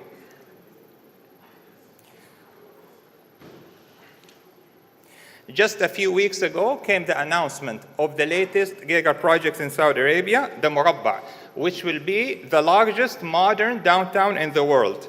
An engineering marvel, a cube that is 400 meters high, long, and wide, and it will take hospitality and leisure into the next level. Green Riyadh is one of the largest urban afforestation projects in the world.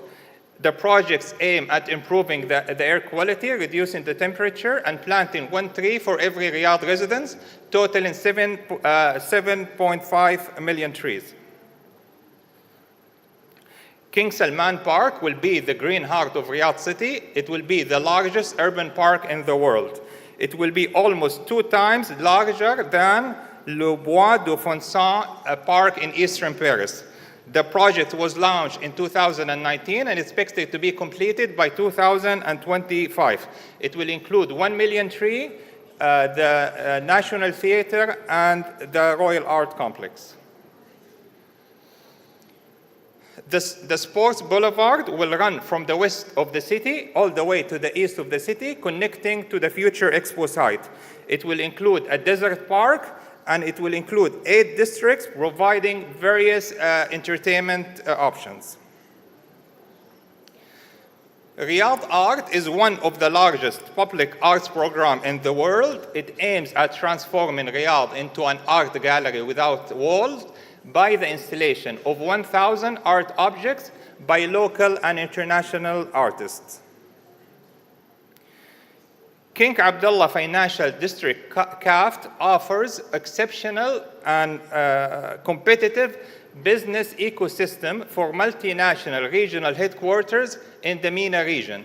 It was awarded by many international awards for its cutting-edge sustainability initiatives. We have today in Saudi Arabia around 100 multinationals licensed to move their regional headquarters to Riyadh, and many will be located, and already some are located in Kaft. We are creating a comprehensive public transport system. The six metro lines will be operational this year, and it will have a stop at the future Expo side. In addition to the current international airport we are building one of the largest international airports in the world, King Salman Airport, which will be operational before 2030. In addition to the current national airlines, Saudi Airlines, we have launched Riyadh Air, which will be also operational way before 2030. So, Riyadh Expo will be a global celebration of cultures and possibilities. Riyadh Expo will run from the first day of October 2030 until the end of March 2031. We have the highest number of expected participants, and 226, including 196 countries. Among our competitors, we have the largest number of visitors at 41 million visits. And also among our competitors, we have the biggest site at 6 million square meters. So, ladies and gentlemen, the theme of the Expo is the heart and soul of every Expo. We have chosen in Saudi Arabia a theme that it reflects the ambitious and what we need to do as an international community together. The theme is Together for a Foresighted Tomorrow, how we can work together as an international community, hand by hand, to envision and imagine our future utilizing science and technology. We have chosen 3 equally important sub-themes, as you see in front of you.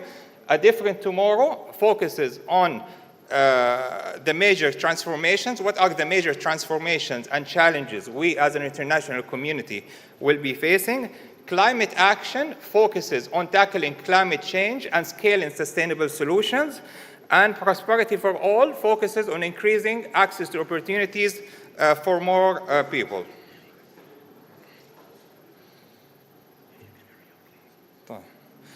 The Riyadh Expo 2030 Master Plan is inspired by our planet, a planet that will be shared by 10 billion people by 2050.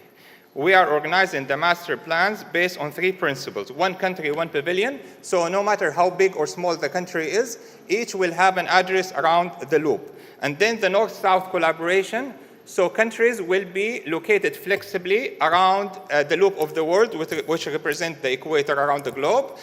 And this is, so we will have countries between the north and the south, because they are located based on their general longitude or time zone. And this is an important concept for Saudi Arabia, because we have been playing, and we want to continue to play an important role in facilitating north-south collaboration. The third principle is the vibrant neighborhood. So we will have large public spaces between the pavilions, so countries can come together and organize public events, whether it's G2G, B2B, cultural and food activities.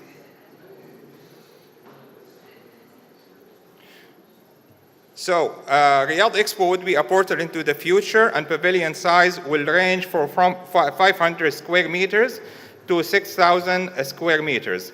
It's worth noting that Riyadh Expo will celebrate for the first time in the history the holy month of Ramadan. It will coincide with other international holidays like the Christmas and the Chinese New Year, and it will be an important opportunity for dialogue. It's also worth noting that 50% of the world population is within 5 hours flying distance from Riyadh, and Riyadh is expecting, as I said, 41 million visits. We are confident in these numbers because of the current trends and investments in the tourism sectors in Saudi Arabia.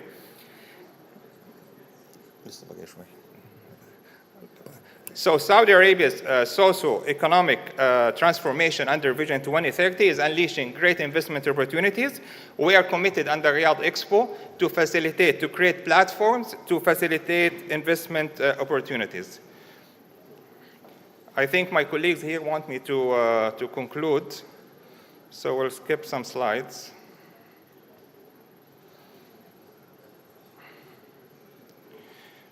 I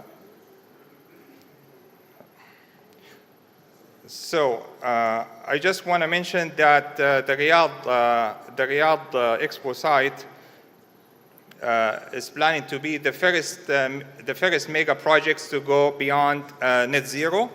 When it comes to sustainability, that's an important subject for Riyadh City, for the country, and also for the future Expo site. At the end, I want to thank you all for listening. We are confident in Saudi Arabia that we will take Expo to the next level, and for our Expo to have an everlasting impact. And we hope for the international community support for Saudi Arabia in its bid to host the Expo in 2030. Thank you, ladies and gentlemen.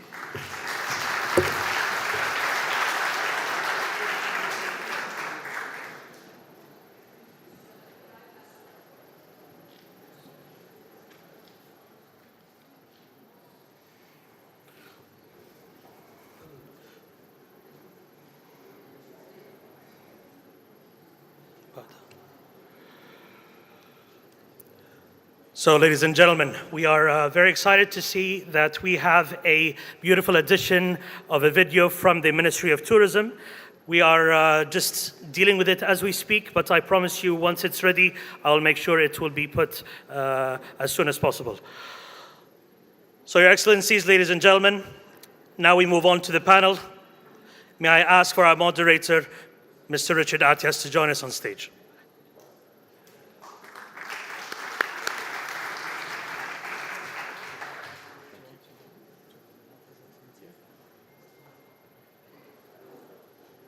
Bonjour ou bon après-midi. Good morning, good afternoon, ladies and gentlemen, Your Royal Highness, Your Excellencies.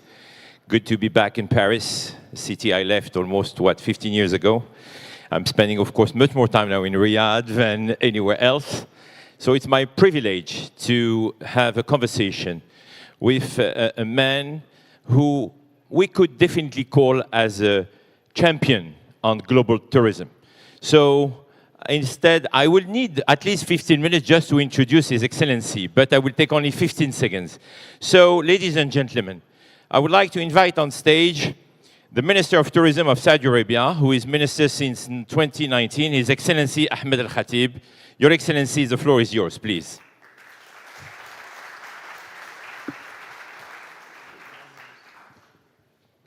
So, His Excellency is not just the Minister of Tourism, even if we will spend the next few minutes talking about tourism. But it's important when you intend to do business in Saudi Arabia, like everywhere in the world, to build trust and to know who are your counterparts. Because everything is based on personal relationship at the end of the day, Your Excellency. And a country which I know since 1994, and I was following His Excellency, who was also the President of General Entertainment Authority for many years. He was a Minister of Health.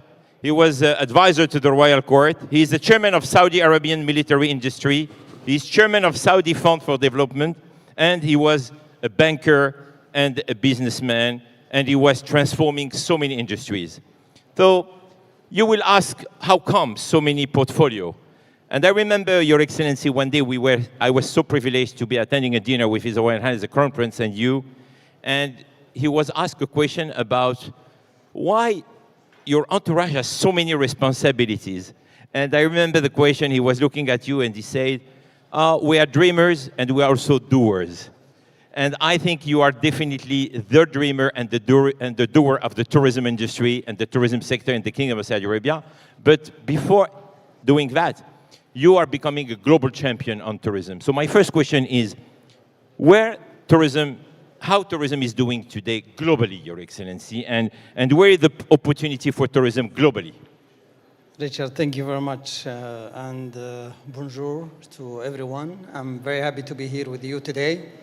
You know, you mentioned the military and tourism. I don't know how it works, but, you know, it happened to be, you know, when we visited the US, I want to share with you a story, and His Royal Highness the Crown Prince introduced me to President Obama and said, Ahmed is in charge of entertainment and military.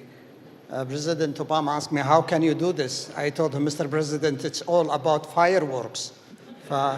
It's all about fun, you know, I enjoyed doing that. I enjoyed more tourism, and I enjoyed talking about tourism in the capital of tourism in Paris.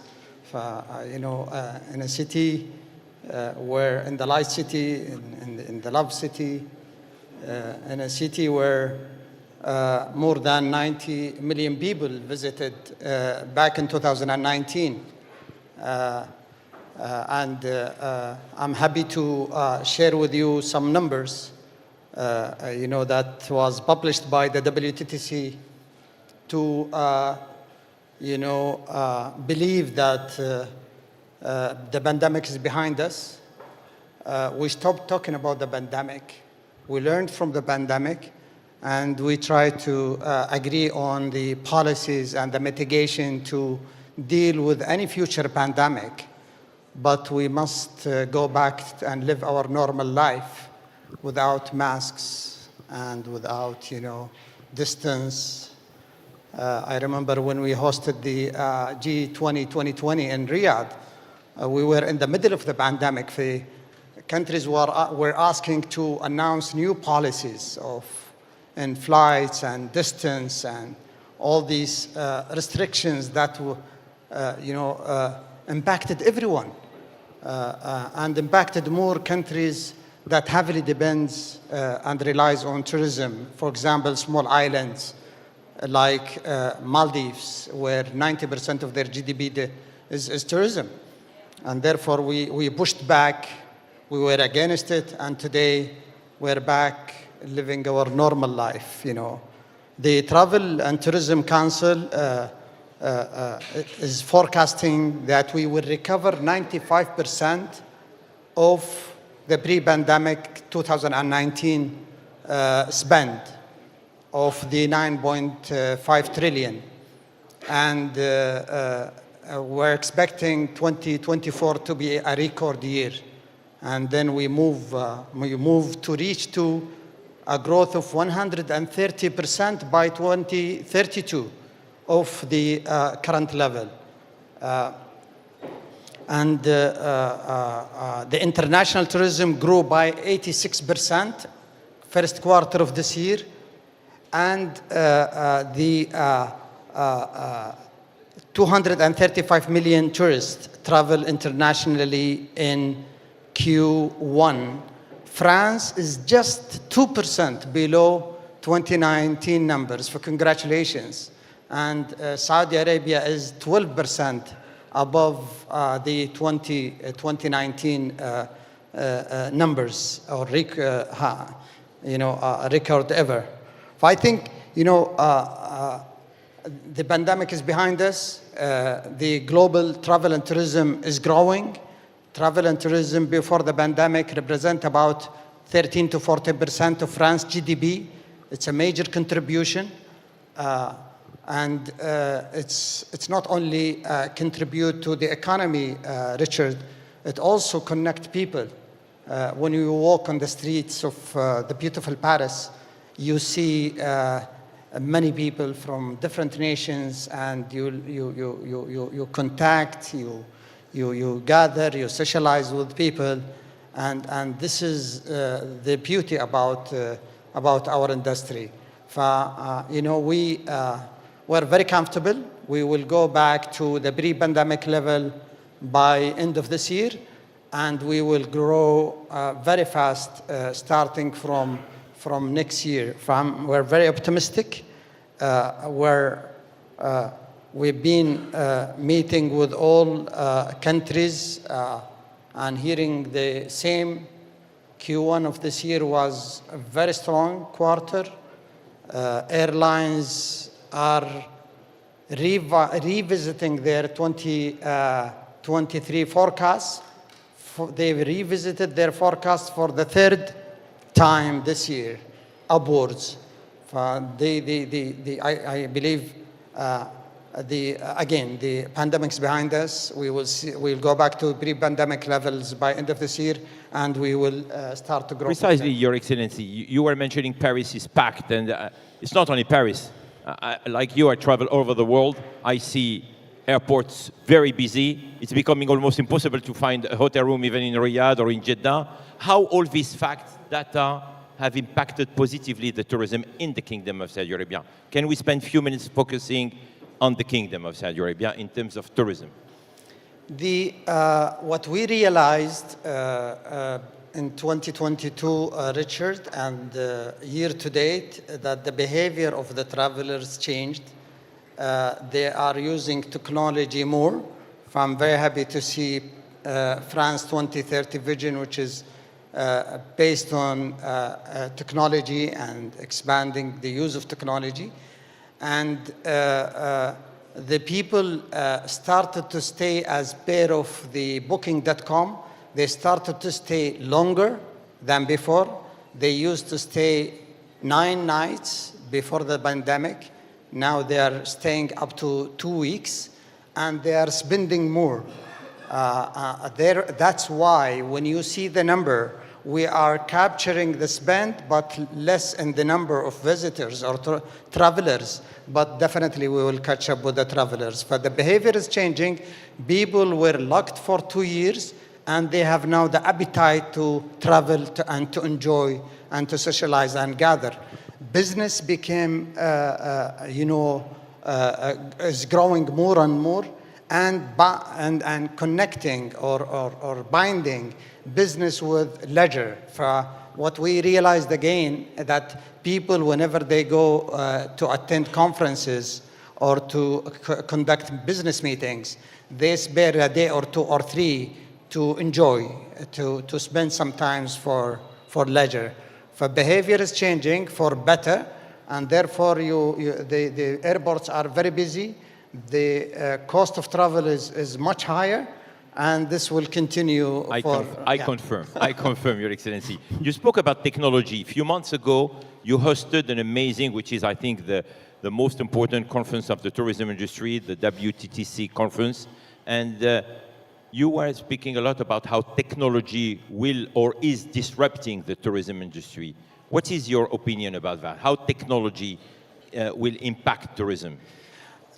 The technology is good. Technology makes things easier, and technology is important in any other industry. For example, manufacturing. You need the machine instead of the people, and to manufacture cars or equipment. But I have my own opinion, and I'm debating this with my colleagues, the Minister of France and the US and Germany and others. In the UNWTO. Let's use technology whenever it is necessary. For example, in airports, when we want to pass through the immigration, we don't need to stand there. We don't need to present our passport. Let's use the technology to recognize our faces, which is the face recognition systems, and just pass. Let's use the airport as a station to go. Whenever we go to airport or we arrive in an airport, we want to spend less time in the airport and spend more time in leisure and meetings and in the destination. And therefore, I said, let's use the technology whenever it is necessary.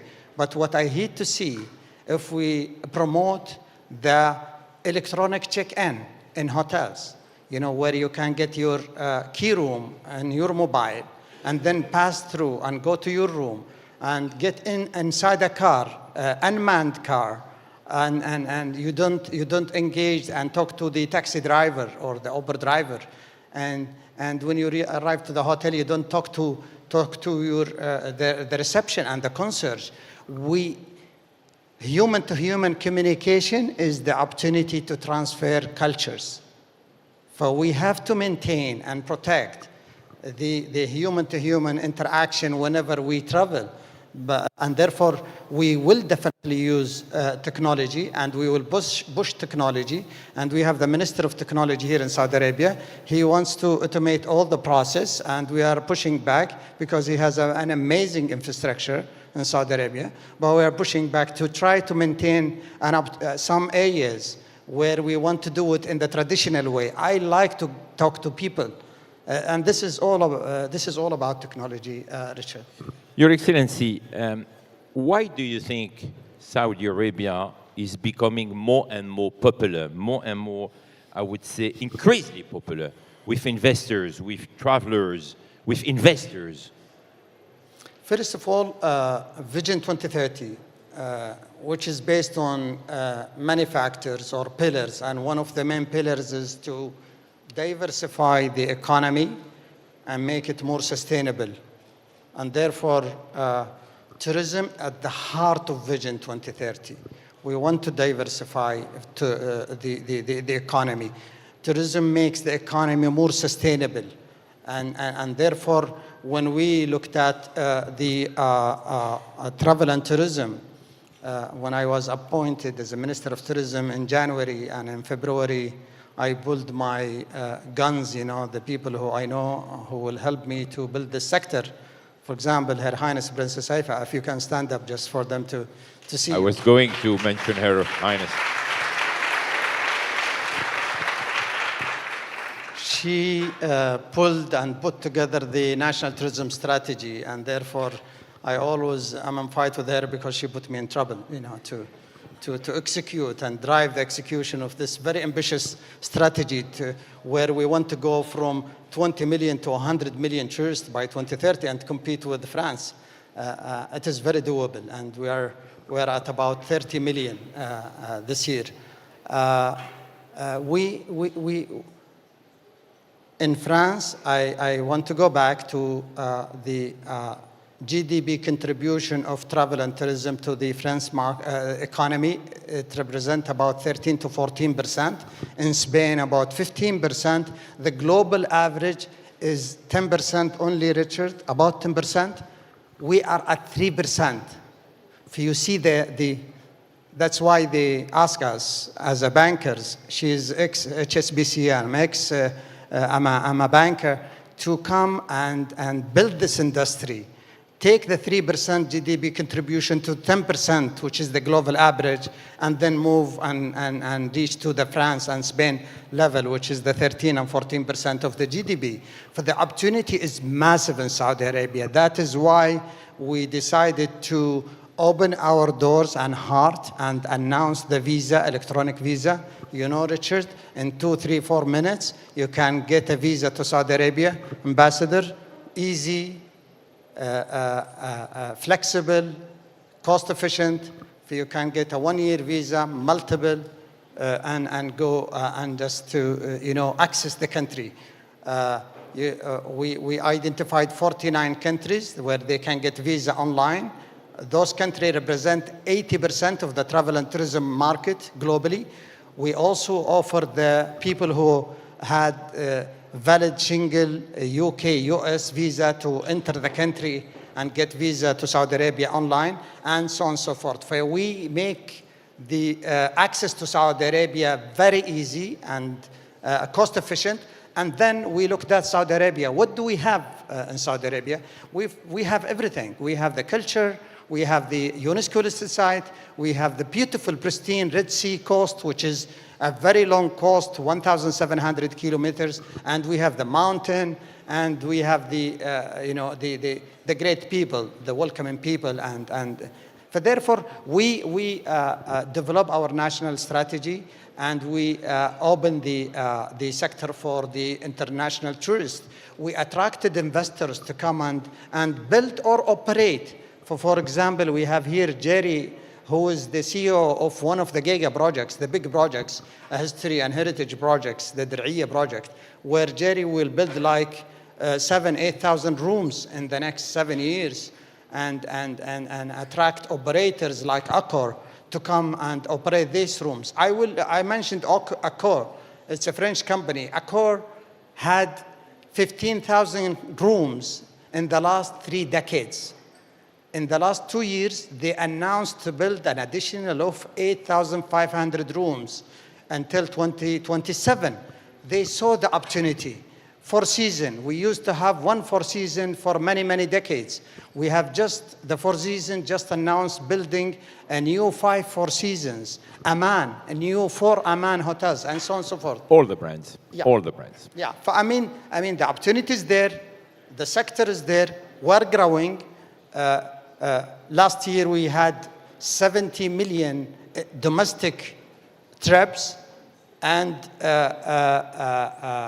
16 million international arrivals. This year our target is to achieve 30 million, and by 2030 our target is to reach to 70 million. In Q1 this year, we have achieved a record ever of 7.8 million international arrivals, which is a historical record for us. I mean, I'm talking to the investors, please come and be part of this very interesting journey. We are offering an amazing opportunity in a virgin market that will have a very high rate of growth in the next decade and two. I remember when I was a banker, when I look at any investment opportunity, I look at two things. I am investing in the right sector. Yes, we are investing in the right sector because everybody, including the UNWTO, is expecting the sector to outperform the global growth in the next decade. Second, I'm investing in the right jurisdiction or country. We are opening up the sector. We are expecting a very high growth. His Royal Highness and the government are all behind this sector. We are building new airports, and you saw Riyadh Airport with the 120 million passenger capacity, and Riyadh Airlines, and making the travel to Saudi Arabia easy. And our promise is to make the experience to the people who will visit Saudi Arabia memorable. And I want to make sure, and we promise that they will never forget their trips to Saudi Arabia, and more important, they will come back again. Your Excellency, thank you very much for your passion. Thank you for sharing all this very inspiring, I would say, thought. We will come back later on stage to have a deeper conversation with our other champion about tourism. And now I think I'm leaving the floor to you. We're mentioning His Excellency, the Minister of MCIT of the Kingdom of Saudi Arabia. I think he will come on stage with my friend Francois to have another conversation, correct? That's a video before that. A video Thank you. before that. I will let them enjoy the video. And, in the video, maybe at the end of the video, you will see the people are skiing in Saudi Arabia. No one will believe this, but I want to tell you that Saudi Arabia is hosting the Asian Winter Olympic in 2027. And by the way, Your Excellency, you are also a big advocate on sustainable tourism, and this is a great demonstration of how you are building this sustainable tourism. Thank you, Your Excellency. Thank you.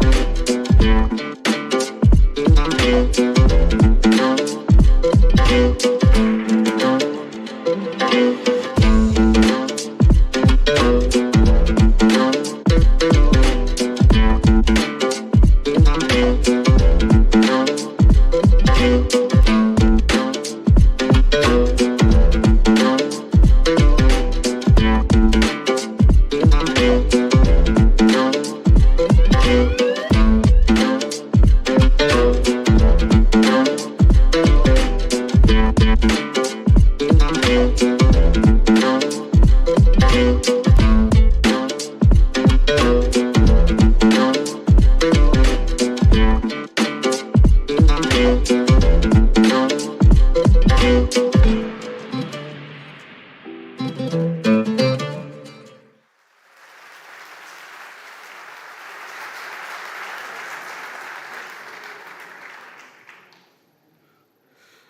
and gentlemen, I would like to welcome to the stage Monsieur François Barrault, Chairman of the Digi World Institute and Chair of the annual Digi World Summit in France, and as our moderator for our next Fire Chat segment. Thank you very much. I'm sure you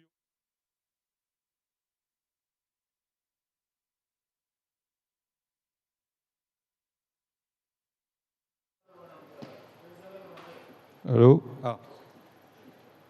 Your Excellency, the distinguished ministers, dear colleagues, dear friends, I'm sure you're very hungry, so we'll try to be fast. I'm very pleased to be here because I've always believed that there is a lot of things in common between France and Saudi.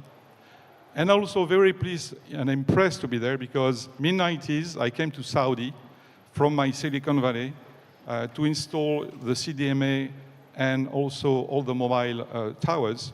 And then I meet your predecessor, the Minister of Telecom and the CEO, Chairman of STC, and we talk about the internet. And he was very interested by internet, and he told me, why don't we start? We have agreed on all that. And I say, of course. We would like to have 100,000 connections, say, of course. When do you want that? Maybe in 9 months, I can deliver. No, in 3 months. So as a sales guy, I say, okay, but you need to sign now. So the minister stood up, shook my hands, we have a deal. 100,000 connections, 3 months, and he left. And guess what? 3 months after, 100,000 connections were done, 1 million after, and now 99% of the people in the KSA are connected. So it's I've never seen Cisco. Congratulations. Not only for the dynamic, but also decision, like some brands say, just do it. So I was very impressed. So it's my big pleasure and honor to host now a Fire Chat with Excellency Al-Shawa, Minister of Telecommunication and IT. Your Excellency, you're welcome.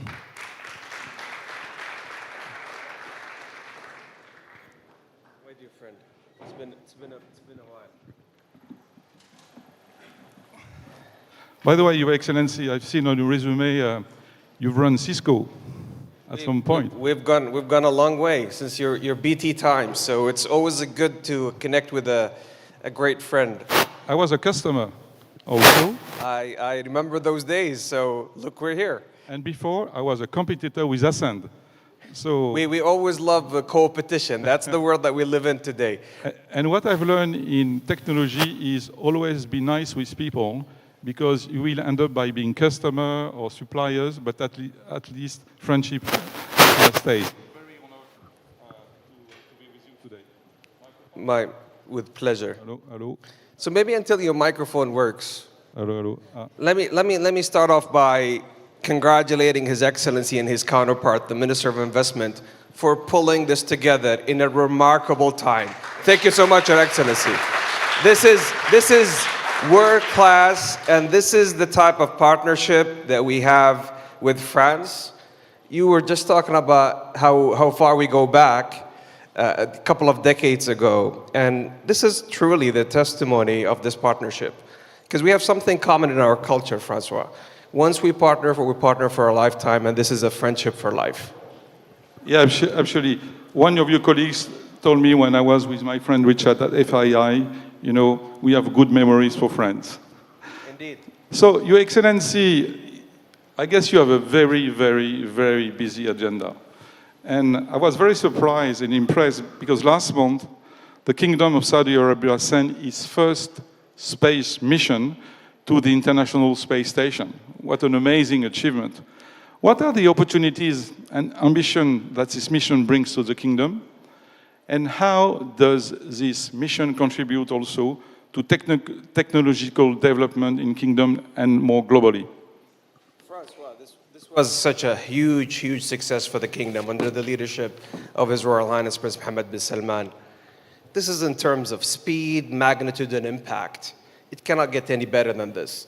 You're talking about sending the first Arab Muslim women astronaut to the International Space Station, galvanizing and inspiring more than 1 billion women on the face of Earth. And you're talking about sending the second male astronaut, and most remarkable when it comes to magnitude, you're talking about an opportunity to inspire humanity and to progress humanity driven by space and technology. 14 experiments have taken place, 3 out of which Rayana Bernawi, who's our woman first astronaut and for humanity, is actually a cancer researcher that has devoted her whole life fighting viral and viruses. So the work that she has done on planet Earth was really about splitting a protein called FASN from cancerous cells, and that has improved the effectiveness of hormonal and radiotherapy. Mind you, that cancer today kills around 10 million people on the face of Earth. So she had the unique opportunity to take that capability and do it for the first time on the International Space Station in a microgravity environment where we could see the cells in 3D because of the microgravity environment and work on tumor organoids to really advance human progress in fighting these diseases. Secondly, moving away from empowering people, powered by women, and we're very proud of all of the women that we have here in the room, about safeguarding the planet. Ali Al-Garni, our second male astronaut, actually worked on cloud seeding. And cloud seeding in a microenvironment, it's quite interesting. It's taking water droplets, sparkling a little bit of silver nitrate, and be able to intensify it to make sure that cloud seeding on planet Earth improves from 30% to 50%. But what we realize is that NASA and other collaborative research institutes, that's exactly the research that humanity needs to intensify water for water exploration on planet Moon and on Mars. And this is why today we're talking about moving at light speed with space, innovation, and technology, and more importantly, about women and youth. Well, Your Excellency, you're everywhere. You're in the space, in the air. Let's go back on Earth. We all understand that digital economy enables lots of business models, and we've seen this with the COVID. You know, the lockdown, we've changed usage, we discovered we could work at home, so it has been speeding a lot of trends. And lots of business models did not exist, and we will discover lots of new business models soon. Indeed. How, as a minister, we're in charge of technological advancement in the Kingdom, how do we ensure the digital ecosystem, the funders, the funds, all those people, the searchers, has a momentum to thrive through the global turbulence, because the world is going through a big transformation. I don't like the word ecosystem because it's more for animals, you know, but here we can talk about ecosystem and how do you manage and make sure the ecosystem, you know, grow and thrive in this global economy. We're really facing a number of inflection points, but really around the corner, a turning point has just taken place called generative AI. And generative AI, if you look at all of the predictions, if we look at what the knowledge workers of the world produce today in terms of productivity, it's roughly $23 trillion globally. The fair share for both France and the Kingdom is anywhere between 1% to 3% of that number. But generative AI in particular is going to take the enterprise software market from $1 trillion today globally to roughly $14 trillion by 2030. This represents an unprecedented opportunity for both nations to join hands and see how we can double down on talent and technology that have proven to us to be the largest social equalizer and economic multiplier. And if you talk about the journey from the Kingdom, since the beginning of Vision 2030, we've grown as a tech and digital market to be one of the largest, top, and fastest growing markets from 32 billion to 40 billion and counting. And more importantly, in terms of tech force, from 150,000 tech force to 340,000. If we equate this to the EU zone, will be the third highest concentration of tech concentration within the EU zone. And more importantly, qualitatively, if we look at women empowerment, we've jumped from 7% to 33% women empowerment in tech and STEM. And these are live proof points of how the kingdom is emerging to be the next big tech hub globally. And I have to congratulate you, Francois, because in Europe right now, France, hands down, in terms of FDI, and we just have seen the slide, and in terms of entrepreneurship, you are becoming the startup and the scale-up nation within Europe. Yeah, thank you. And President Macron has worked a lot. I was on your booth, by the way, at Vivatech. I went to see some startups. I visit every single one. And clearly, with passion, I thought I was in the Silicon Valley. You know, the guys there were totally punchy, very dedicated to their country, and they don't want to move to US like most of the entrepreneurs, and I was very pleased. Coming back on Vision 2030, President Macron also has a vision of France 2030. So there is a lot of things in common. How do you see the cooperation between the two countries? Of course, there is lots of contract, there is the Paris Air Show, but technology-wise, how can we better work together and create value? Because we have lots of things in common, historically, of course, vision, and also the ambition to make a better country for our citizens. I couldn't agree, and congratulations on Vivatech. And you should have come and seen Leap first quarter of this year, because Leap this year was such a remarkable success for us, and I want to congratulate the team behind delivering that huge success.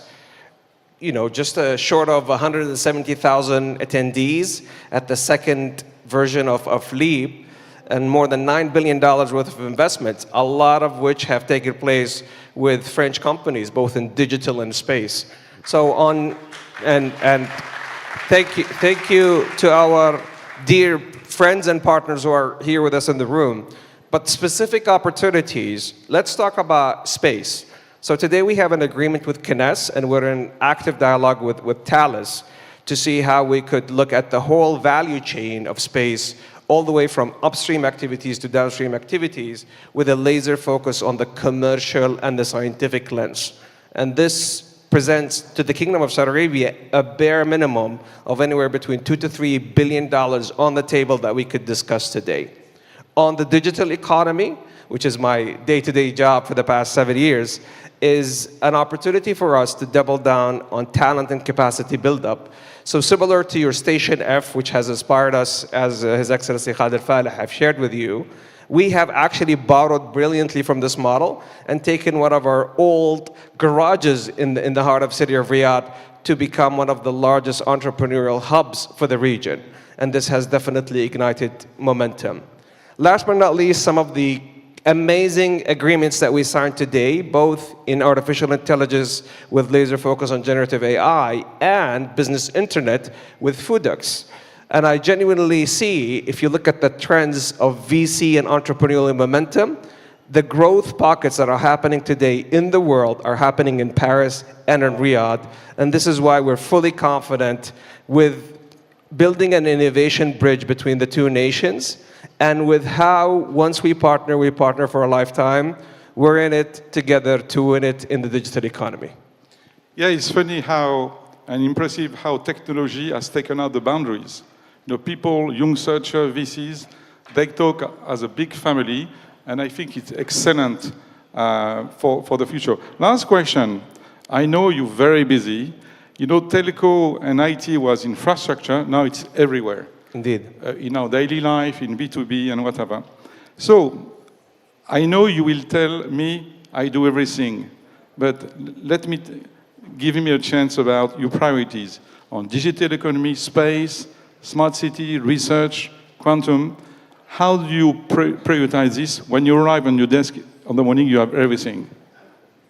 I'm sure you will tell me everything, but if you have a priority... I think in terms of the priorities, I will borrow brilliantly from the national innovation priorities that His Royal Highness have announced 6 months ago. And predominantly it starts with something close to everybody's heart, healthcare and wellness. And I have shared with you the extensive, innovative work that we're doing in cancer research, stem cell research, all the way to biotech, which, by the way, we're intending to build a biotech city in the city of Riyadh, and that's huge. Secondly, the environment, and His Excellency Falih have said it perfectly, how we're moving and doubling down with the circular carbon economy to green photons, electrons, green hydrogen, and even electric vehicles. Thirdly is on industries, and we're in live discussions with you on satellite manufacturing and anything in between when it comes to space. And last, what we call is future of economies. And within that, we're talking about deep ocean research and everything that connects between the ocean and space. And ultimately, if you ask me today, where we can anchor this partnership is to focus on healthcare and wellness with a laser focus on biotech, environment and sustainability, and how we can move from climate ambition to climate action, industries with manufacturing potentially in space, and last but not least is on future of economies. And I think events like that, given we'll gather the Team France and the Team Saudi. I was lucky to come 3 times to UFII event organized by my friend Richard Atias, and I'm very impressed because you've gathered all the worldwide intelligentsia, you know, to make your country on the radar screen of tech. So, Your Excellency, thank you so much. Keep pushing and be fast as you did when you launched internet. I'm very impressed by also the young people I've met, the passion they have, and they want their country to be a great country. Thank you very much. Merci beaucoup. Merci.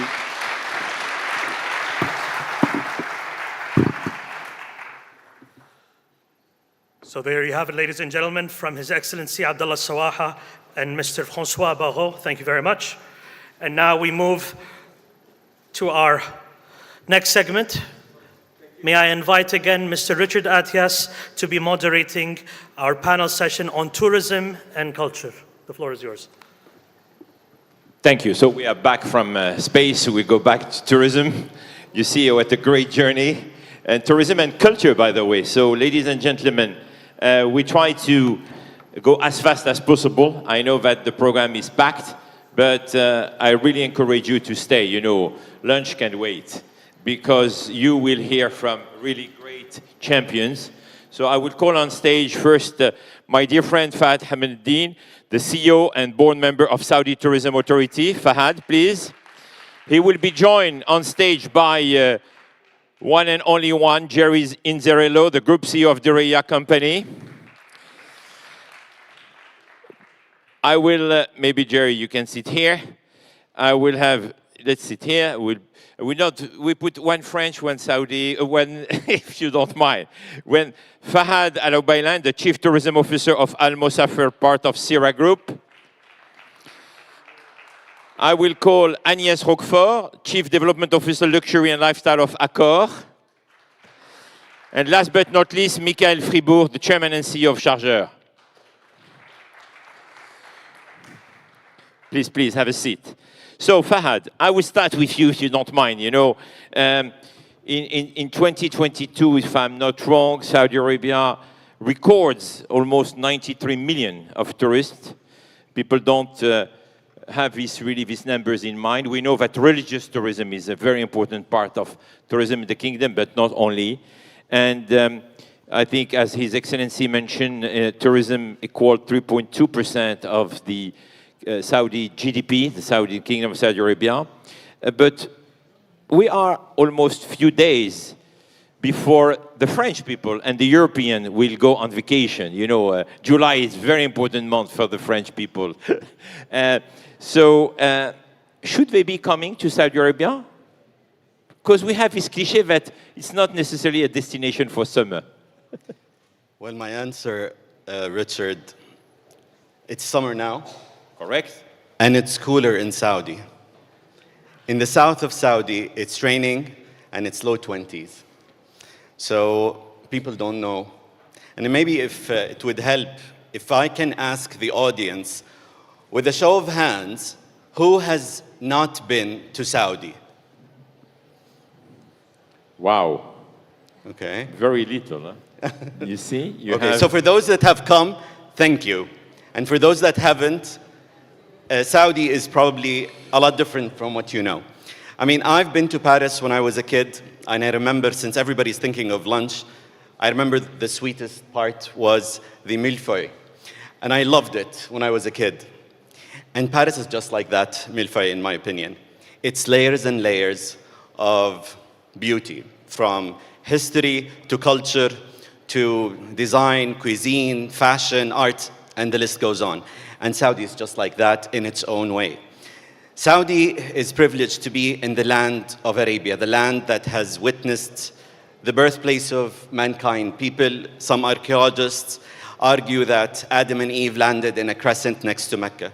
But many agree that so many prophets have passed, many civilizations have passed to this land, and the birthplace of the Arabian language and civilization.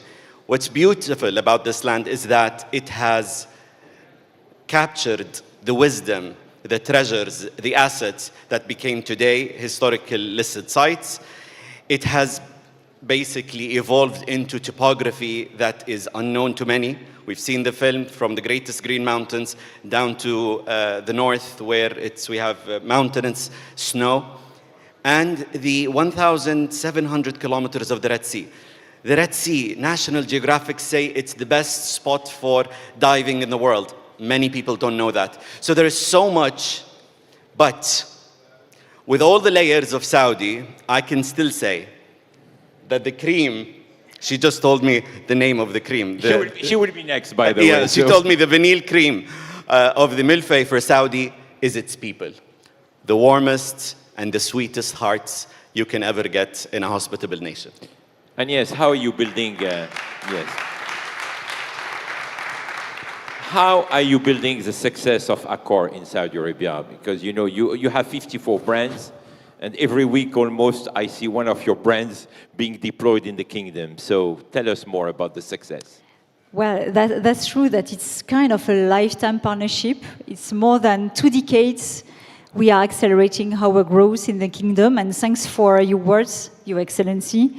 We have nearly 50 hotels in Saudi Arabia. We've started with Mecca, and so we've supported the religious tourism. We've started as well, of course, with the top capitals and destinations of Jeddah and Riyadh.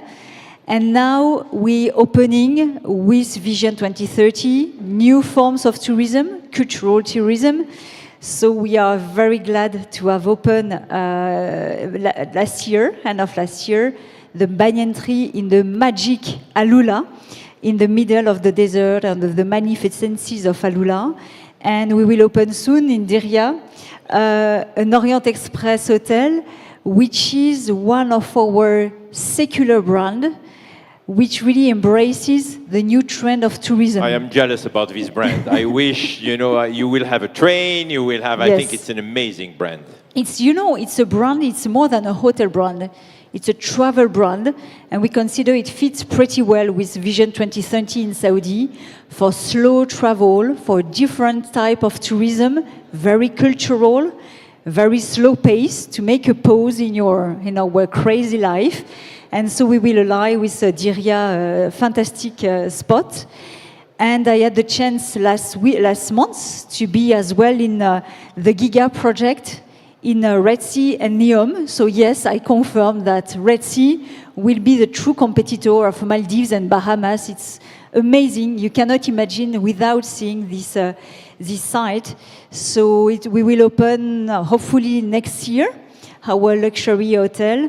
And Neom as well is a huge project. I was there 2 years ago, and in less than 2 years, everything is growing very, very fast. So things are accelerating. We are very glad to be part of this venture, which is, let's say, again, more than 2 decades venture with Saudi. Thank you. You were mentioning Diriyah. So Jerry, you have the privilege to be the CEO of an amazing touristic and cultural destination, which is a UNESCO site heritage.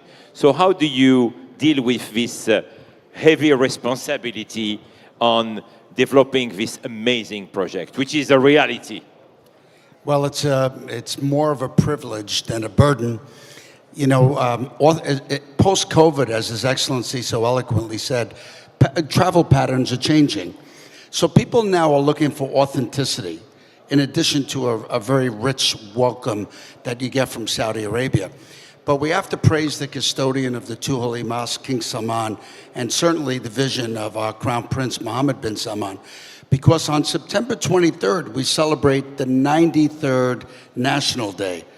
But I think, sentimentally for me, the fact that His Majesty the King and the Crown Prince created a federal holiday on February 22nd called Founding Day, which celebrates the 300-year history of Diriyah. So this is an ancient culture. This is a rich heritage culture of this UNESCO site where 30,000 people came 300 years ago and built this beautiful city out of mud. So this morning we were talking a little bit about sustainability. We've already planted 6 million trees, shrubs, bushes in the oasis Wadi Hanifa that surrounds Diriyah. So we have 38 hotels. We'll introduce our first hotel coming up this year. We'll introduce our first museum. Last year, thanks to you, with WTTC, we opened up our first Bijeri district. So not only is it a vision, we're coming at it at ground now. Every single day we have people from the Ministry of Investment coming in and investing in Diriyah.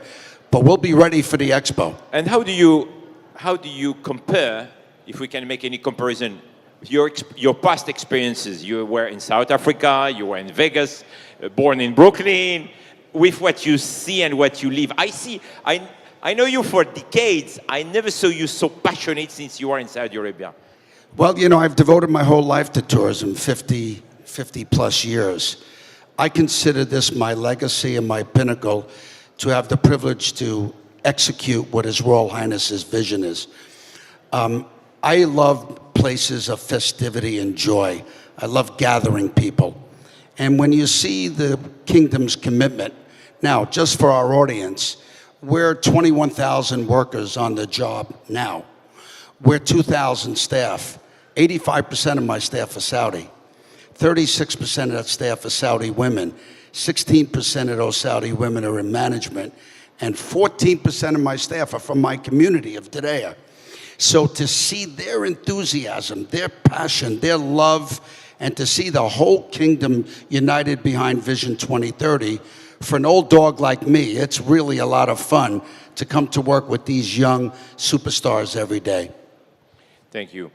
Michael, I don't know, for our Saudi friends, you know, I'm not sure how much you know Michael Fribourg, but any single French, at least, should be jealous about him.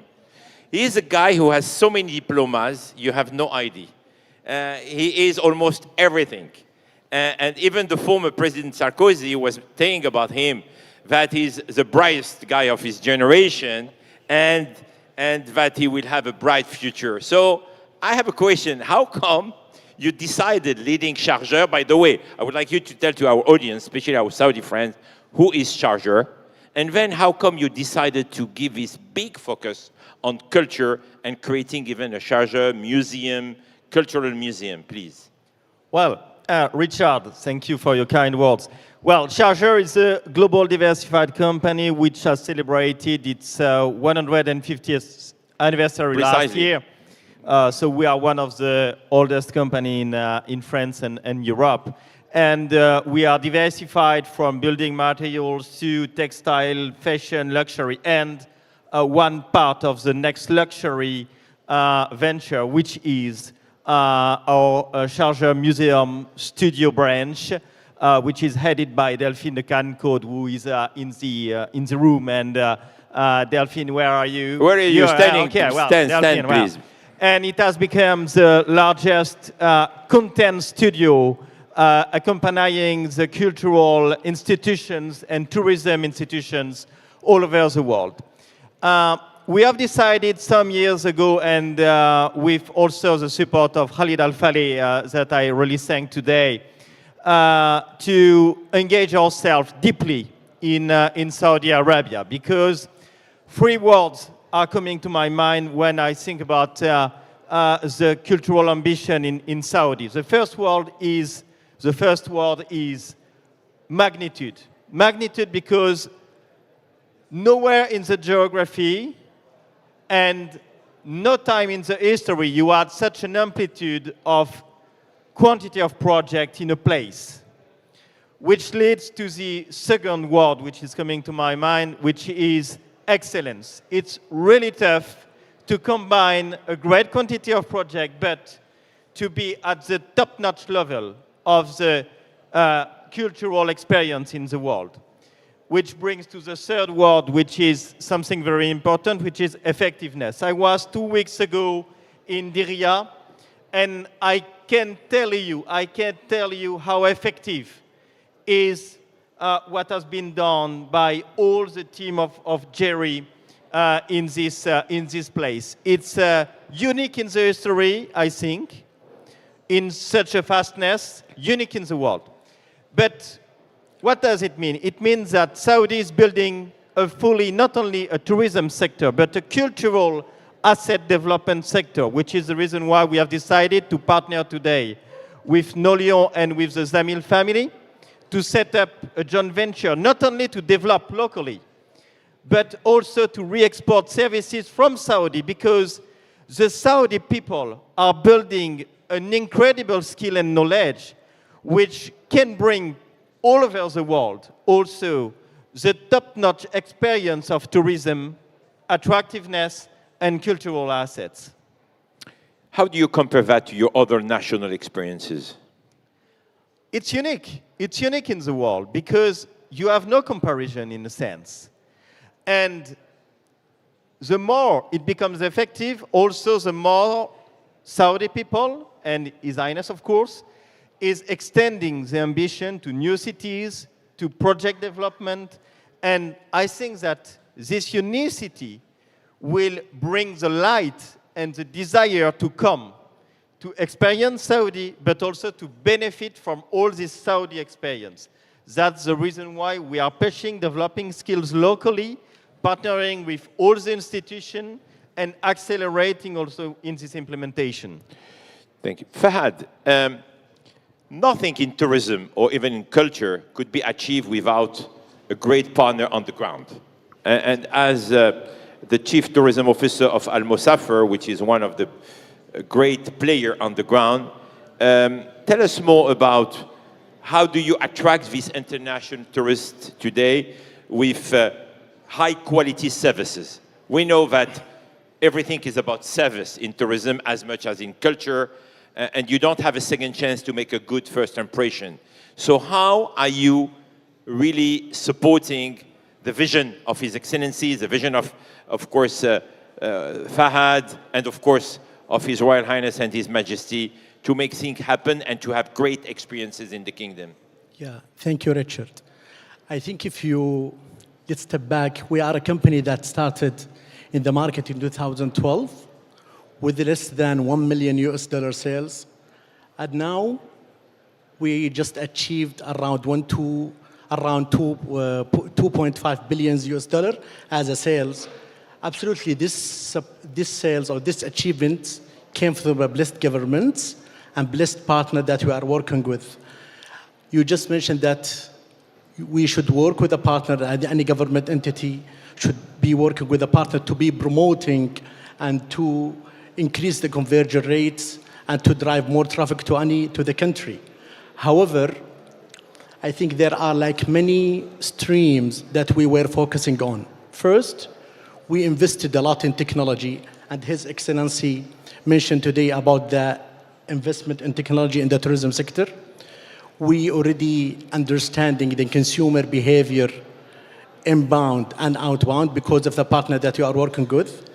Udi, I'm very happy that we're already working closely with Saudi Tourism Authority to be understanding the markets for each market, because now they are focusing in 4 different markets, and we are working closely with them. How could you attract these markets to be, and working with global travel agents to be driving a traffic to Saudi Arabia? However, we are working closely with Accor. We have a direct connectivity with them. as Sierra Group and Al Musafir. And now we are managing a lot of inventory through Accor as well for our clients. We are working closely with Diriyah, with a lot of DMOs, and absolutely today we are launching a new marketplace that we call it Al Musafir activities with association with Klook. And absolutely, like activities like museums or attractions will be offered through these markets. What I want to say, it's a comprehensive efforts between all partners, but we are believing a lot in the tourism. As we started as an NOTA, now we are covering all markets, inbound, outbound, religious tourism, and also inbound tourism through DMC. Fahad, just for our audience to understand, I think everyone has understood now the amplitude of what is happening in the kingdom, this amazing transformation in all sectors. But where, in which specific areas would you advise investors to invest precisely? Thank you. That's a very good question. I would say, one, the world is calling for digitization. You see the fastest growing companies in the sector are the ones that started digital first, and they are taking the fastest share of growth. Second, sustainability. Sustainability, a lot of people talk about it. Very few people actually walk the talk. It's not because of ill intention. It's simply because it comes with a very big ticket item. We have an advantage. We have an advantage being greenfield, and we are the largest investor in tourism in the world. So this is the time where those interested in innovation, whether technology or sustainability, Saudi is the address.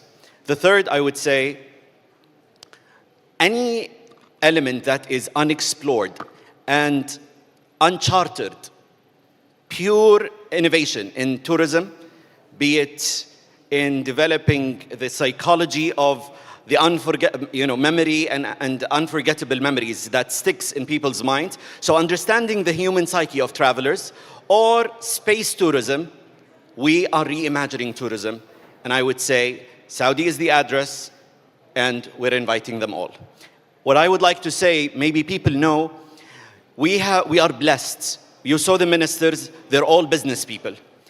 The two ministers in front of me here are both business people. They understand businesses want speed, want clarity, and those are the regulators.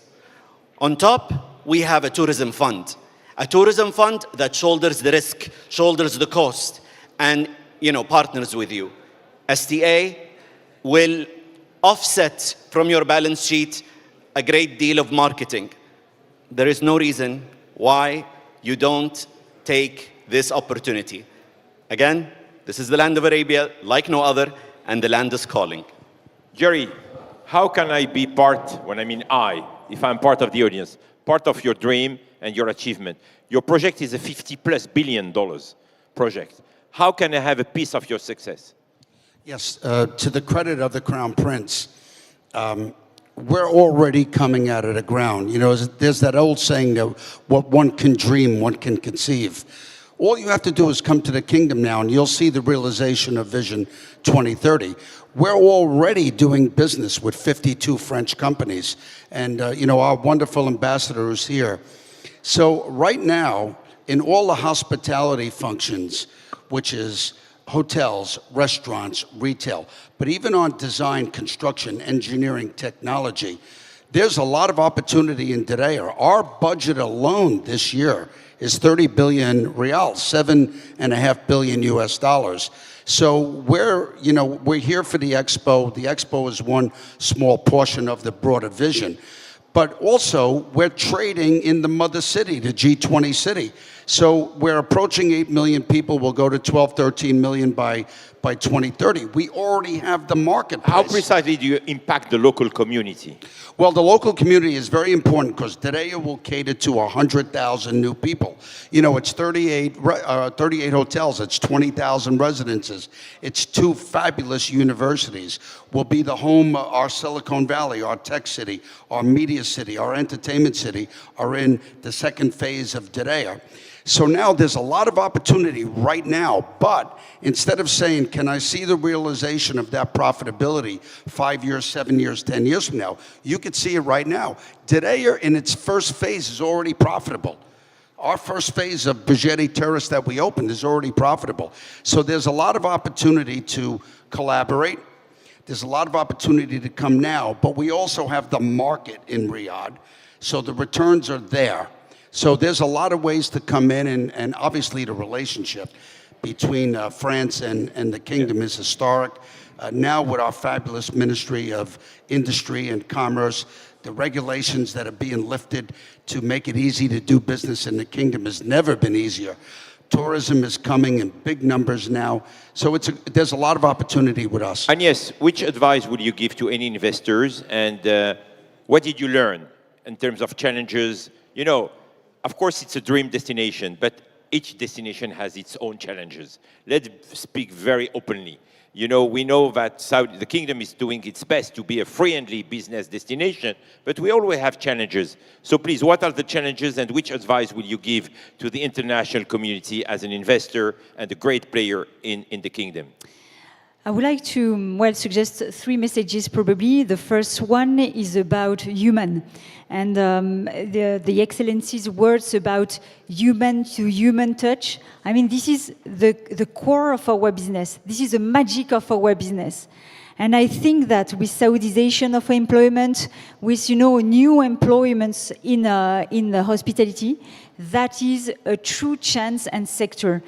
I don't know if you are aware of the huge difficulties we have in France and in major countries to attract talents, to retain talents. And I had the chance in Saudi to reward, let's say, a training program to value sales training, sales people, men, but as well women. And so we had a full promotion of female trainees for sales to be at the front of the guest. And they were so happy. So it was so emotional to say that's a great social uplift. That's a great opportunity for us to develop and to upskill. So I would say it's a challenge and an opportunity. We have huge challenges here in Saudi. That is a true opportunity. You mentioned it as well. Sustainability is growing very fast in Saudi. Vision 2030 has a huge ambition for sustainability. We have a huge ambition, and I hope that we will be pioneering together to have, let's say, ESG flagship hotels. That's critical. You have so beautiful sites, with very preserved, in Red Sea, you have mangroves, corals that are absolutely virgin. We have all together, with this huge and very fast growth, to make it happen, to preserve that. That's very important. And honestly, there is a huge willingness, common willingness, but of course, that's a challenge. That's clearly a challenge. Thank you. Michael, in Europe, we are quite, narrow-minded. We think culture is only in France, in Italy, maybe one other. In the United States, we don't even have a Ministry of Culture. So can you tell us why you consider that Saudi Arabia is really a cultural destination?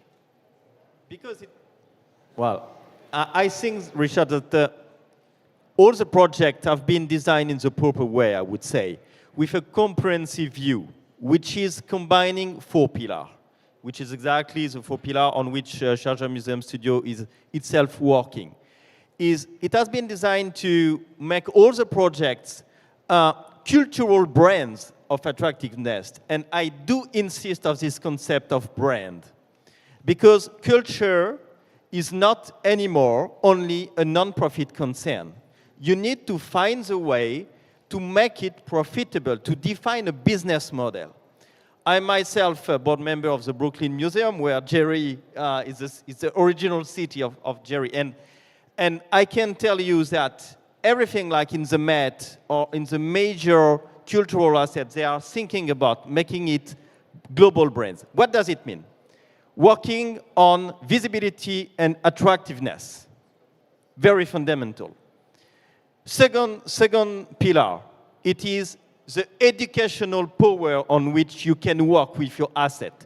because the more you work on this educational power, the more you will attract next generation to come and to come again and to come again.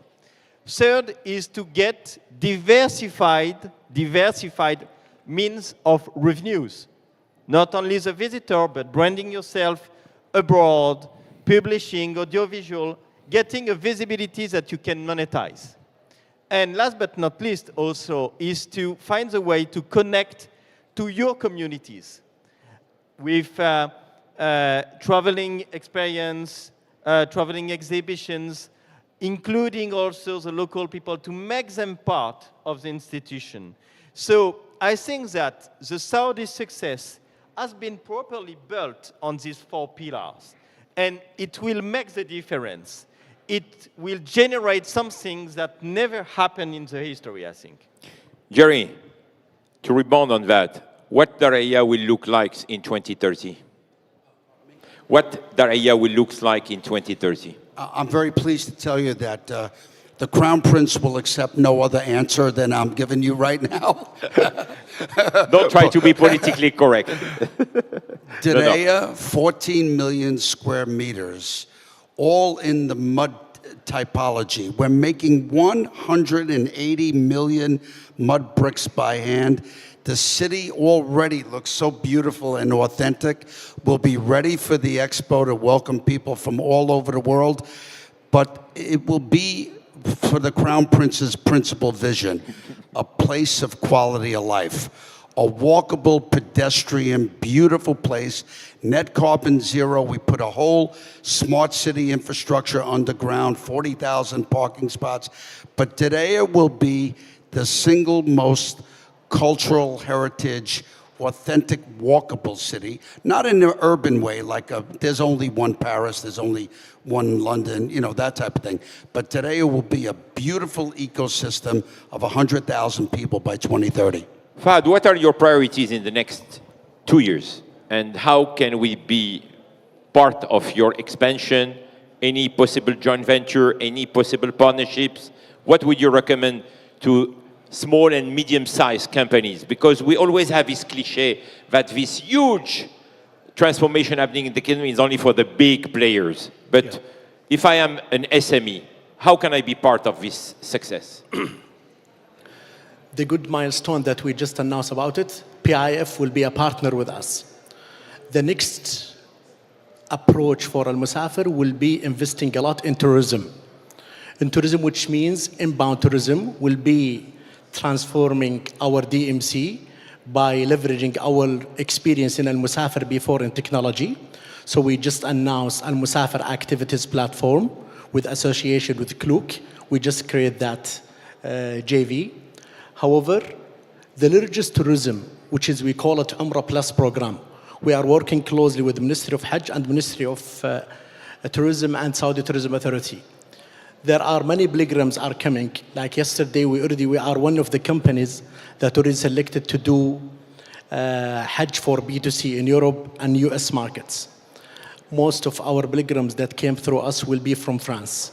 The first batch already they left yesterday to Mecca and Medina. And it will be end-to-end experience, and we are going in details to drive very good impression about the experience, and absolutely in future will be integrated with Umrah Plus, or I would say Hajj Plus packages. So any pilgrims will be coming, they will explore Al-Ula, they will explore Dir'iyah, they will go to other DMOs as well. What I want to say that our investment will be in tourism, and also there are like many assets or activities will be developed in different regions with association with PIF as well. Thank you, Fahad. Last word for you, Fahad, please. His Excellency spoke earlier on the reimagination of tourism, and of course, Saudi Arabia is almost the best illustration of this reimagination. But for you, what reimagination means? I think she said it right. We say in STA, we say humanize the expected, digitize the expected and humanize the unexpected. We need to be true to that. So while we reimagine everything with the digital transformation value, we need to make sure that we remain humanly authentic in our delights. If I may maybe address this audience, especially on the last question, you said a very important point.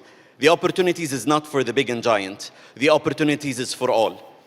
The growth opportunity is like no other, and we're here to say corporate France is absolutely welcome to take the lion's share.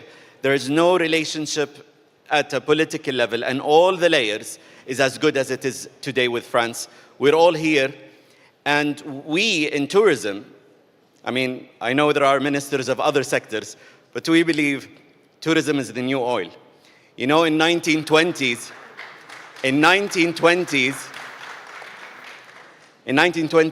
people used to come for oil. In 2020s, we expect them to come for tourism. I love that. Ladies and gentlemen, a round of applause for Fahad, Agnès, Jerry, Mikael, and Fahad. Thank you very much. Thank you for your time. Thank you very much, panelists. Richard, thank you for the wonderful conversation on tourism and culture. And now may I ask to come to stage Monsieur François Barrault to moderate a panel on communication and technology entrepreneurship. The floor is all yours, Monsieur François. Hello, hello. I believe you are even more hungry than an hour ago, so we'll try to keep it short. So it's my great pleasure now to welcome a distinguished panelist. So we have two teams. We have the Team Saudi and the Team France. The Team Saudi, we're looking for some investment, and the Team France, we look for some investment to do in Saudi. So I'm sure we'll have a great discussion. So I would like first to welcome Mr. Faisal Al-Qasimi, the chairman of the Saudi Federation of Cybersecurity and Program, Saudi Arabia. Hello, Faisal. Please have a seat. Mr. Patrick Suel. Patrick is a fund manager, of course, in Saudi Arabia. Hello, Patrick. I'd like to welcome Emon Shakur, founder and CEO of Blossom Saudi Arabia. Hello, Emon. Georges-Olivier Raymond, the CEO and founder of Pascal France. Mr. Vincent Luciani, co-founder and Artefact France. Hello. And Florence Verzelen, the EVP Industry Dassault Systèmes France. So, round of applause for our panel. Yeah, okay. We are restricted by time, so you all smart, so we'll go first. I'd like to start by Emon. So Emon, very pleased to be there. You founder and CEO of Blossom Accelerator.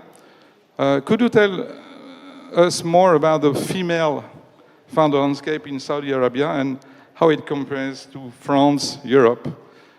Can you also explain what your company does briefly? It's not a sales pitch, remember? Sure. And we have in the room lots of French companies who wants to invest in Saudi. Absolutely. Okay, great. Well, thank you so very much. I'm so often asked about female participation in Saudi. As a precursor, my company, Blossom Accelerator, is known to be the first and leading accelerator with a true commitment and focus on inclusivity and inclusive innovation. Back in 2017, when I first started the company, there were only 5% of founders in Saudi were women. Today, and only 6 years later, of all the founders in Saudi Arabia, 49% of them are women, meaning half of our nation are female entrepreneurs. And that statistic is not only indicative of women who work at startups, but that statistic are majority shareholders in the company, partners, co-founders, executives, CEOs. Today, that 49% statistic also marks Saudi as the largest participation of female founders in the entire MENA region, a statistic we're really proud of. And I'll just share one last thing to those probably who are wondering, especially about the female founder landscape in Saudi. We recently launched one of the largest deep tech hackathons and accelerator programs with NEOM's Oxagon. And it focused on sectors that were in deep tech, which traditionally around the world, deep tech sectors are dominated by men. There were green hydrogen, e-fuels, water innovation, AI. At this hackathon and accelerator, 60% of the startups that were accepted were Saudi female founders because Bravo. they deserve to be there. Better than France. Thank you, Matt. So, Faisal, you are at the heart of the transformation, cybersecurity. Could you enlighten us about the current state and future of the startup ecosystem in Saudi Arabia? Thank you. Startups, the ideal scenario for startups is they emerge organically. Somebody with an interesting idea teams up with somebody else and they go and build something and grow until they become a unicorn. But the reality is, not every country is ready for this. Silicon Valley is Silicon Valley, it's a special case. We have smart people, we have people with ambitions, but the ecosystem was not there. Richard said he doesn't like the word ecosystem, I don't like it too. The building blocks were not there in Saudi in the past. However, in the last 5 years, something amazing happened. So if you take the definition of the startups ecosystem by the World Bank, it's really about having a couple of blocks together and making it mature. And this is what has happened in Saudi in the last 5 years by Ministry of Telecom and all the stakeholders in the industry. The human capital, there was amazing transformation on that. Basically, the government was telling you, come study and we'll pay for it. We'll guarantee your job. We'll put you on training somewhere. And the number of academies that were established to teach people programming and cybersecurity are tremendous. For example, Apple opened its first developer academy in the Middle East in Riyadh. Meta opened their first academy in Riyadh, and we have now Amazon, Google, etc. Secondly, there was no infrastructure 5 years ago. But what did happen? Today we have 3 hyperscale cloud providers in Saudi and 2 coming next year. We have Oracle, we have Alibaba, and Google is coming end of this year or early next year. Microsoft is coming next year. It's like a dream, squeezing all of that in 5 years. Regulations. The amount of regulations that were introduced in the last couple of years are also mind-blowing. A lot of things were not possible to do or obtain license for. The license is there. Certain things was actually deregulated. Just go and do it. Culture, entrepreneurs like to meet each other in certain places, like how it happens in Silicon Valley. 2 major things that happened in Saudi Arabia. One was, and Minister of Telecom spoke about it today, LEAP event. And it was really amazing for like-minded people to meet. And another project called Garage. There are a lot of things that took place, and I can't summarize it. I wanted to put a slide here, but they told me you can't. However, the ecosystem is getting mature to see unicorns emerging in the next 5 years. And I'm really very optimistic about it. And I believe we have the most mature technology or startups ecosystem in the Middle East today, in Saudi Arabia. Yes, in fact, what I say to His Excellency, Minister of Telecom and IT, I've been very impressed by the speed. And you move regulation to enablement for the coverage and the technology. Absolutely mind-blowing. Nobody sleeps. Everybody's excited. It's like a national mission for everyone. So we have lessons to learn in France on speed. So let's move to Team France and Investor. So we have very lucky to have Florence from Dassault Systèmes. So Florence, what's your experience, the past, the current, and the future about working in Saudi. And in which technology sector would you consider as the most promising to strengthen the collaboration between the kingdom and our country? Thank you, François, for the question. Hello, everybody. Dassault Systèmes is very committed to the Kingdom of Saudi Arabia. In fact, we've been working in the country since 2008 in energy first, but more and more in manufacturing and in smart city project. But in the past 5 years, along with Vision 2030, we've seen a real acceleration of what was happening in terms of innovation in Saudi Arabia. And for us, it was super interesting because our purpose at Dassault Systèmes is sustainable innovation. Innovation that helps the world to manufacture, to create treatment, or to do infrastructure more sustainably. So there is a real consistency between Vision 2030 and Dassault Systèmes purpose. So we decided to accelerate. And now in the country, we are working on some amazing projects like Alula, where the master plan of Alula is done on our 3D experience platform, but also in other mega projects and still in energy. But, well, as was said by His Excellency Al-Swar, the future is all about technology. And this technology is happening now. And we think that one of the key technologies that are going to make Saudi Arabia even greater is digital twin. So what is a digital twin? A digital twin is a representation of a product, be it a plane, a city, an ecosystem. And what is super interesting with a digital twin is that it's multi-scale, multi-physics, so you can do a lot of simulation, data analytics, artificial intelligence. And for example, Mr. Al-Swar, Excellency Al-Swar, was discussing space. Today, most of the space projects are powered by virtual twin, because you can, in ecosystem, work on the same satellite project, launcher project, and make it quicker to market. So by bringing this technology to Saudi Arabia, we're excited to see the kind of developments that are going to happen in the country. Thank you, Florence.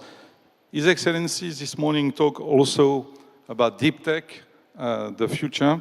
We are very lucky to have Georges Olivier today, the founder of this very famous company, Pascal, because Alain Aspect, when the co-founder, got a Nobel Prize. So, Georges Olivier, could you present very briefly your company? It's a quantum computers, of course, and also how quantum computing will fit into the KSA 2030 vision, because you're building the future. Yeah, thank you very much for your question. Thank you very much for the organization as well for inviting me to this great event. So I'm the co-founder and CEO of Pascal, a company which is building quantum computers. And I will tell you in a moment what is a quantum computer and what it is good for. The company was created 4 years ago by a group of 5 people, so including the laureate of the Physics Nobel Prize 2022, Alain Aspect. And the company just raised the Series B, raising 100 million euros. And among our new investors, we had Aramco, the venture part of Aramco Wide. So it's a clear statement of how you are concerned by quantum computing. So a quick word about quantum computing. I like to start this point by talking about Dammam 7. Dammam 7 is the largest supercomputer owned by Aramco today. And it is said to be 10 times faster than the previous generation. And at the same time, it is as large as a building, and it requires a dedicated power plant to power it. And today, there are some computing tasks that will last billions of years on classical computers. So how do you plan to make something more realistic? And of course, the solution is quantum. And we are talking about the Vision 2023. Quantum computing is all about that, developing an ecosystem to help you implement computing, cloud computing, digitalization. Quantum computing is said to be the true enabler of AI. So measure the importance it is to have one, or to have access to them. Okay, thank you. To do all those projects, you need a lot of money. So, Patrick, can you tell us a little bit about the COSE fund And what kind of company are you looking for, and what kind of business or they can expect in this market? Okay, François. So first of all, it's a pleasure to be here as a Frenchman, representing the Saudi side. So you're on both teams. And based in Silicon Valley. So it's really a pleasure to be there. So yes, all these companies, all these deep tech companies will need a lot of money. And KAUST, which is one of the large universities in the kingdom, north of Jeddah, decided actually to sponsor a new deep tech fund. So we are launching actually in the next few weeks Capital K as a deep tech fund dedicated to bringing impact deep tech technology into the kingdom. That means we'll be investing in companies in the kingdom, but also anywhere in the world, as long as they develop technology that are strategic to the kingdom, aligned with the new initiative in the kingdom, aligned with Vision 30, and aligned with actually what the people will need, to grow the kingdom. We talked about ecosystem. I don't have so much of a problem with the word itself. I'd rather call it about resources. We need to bring the resources to make that happen. And we are really looking forward, for Capital K really to make a difference. Talk about the money. We have 200 million, which is a good way to start. Not enough to build a complete quantum computer from scratch, unfortunately, or a fusion reactors, but it's a good way to get started. And while we are looking, at a whole bunch of companies right now that are already knocking on our door, and we expect to make probably a dozen of investment this year, probably already. So Vincent, you are at the heart of what's going on AI and data transformation. So for the KSA, what's your vision of data transformation is currently undergoing, and how the region can leverage data and AI to get a competitive advantage, because it's a global market? And how do you see the link between France and Saudi on this particular environment? Yes, thank you, François.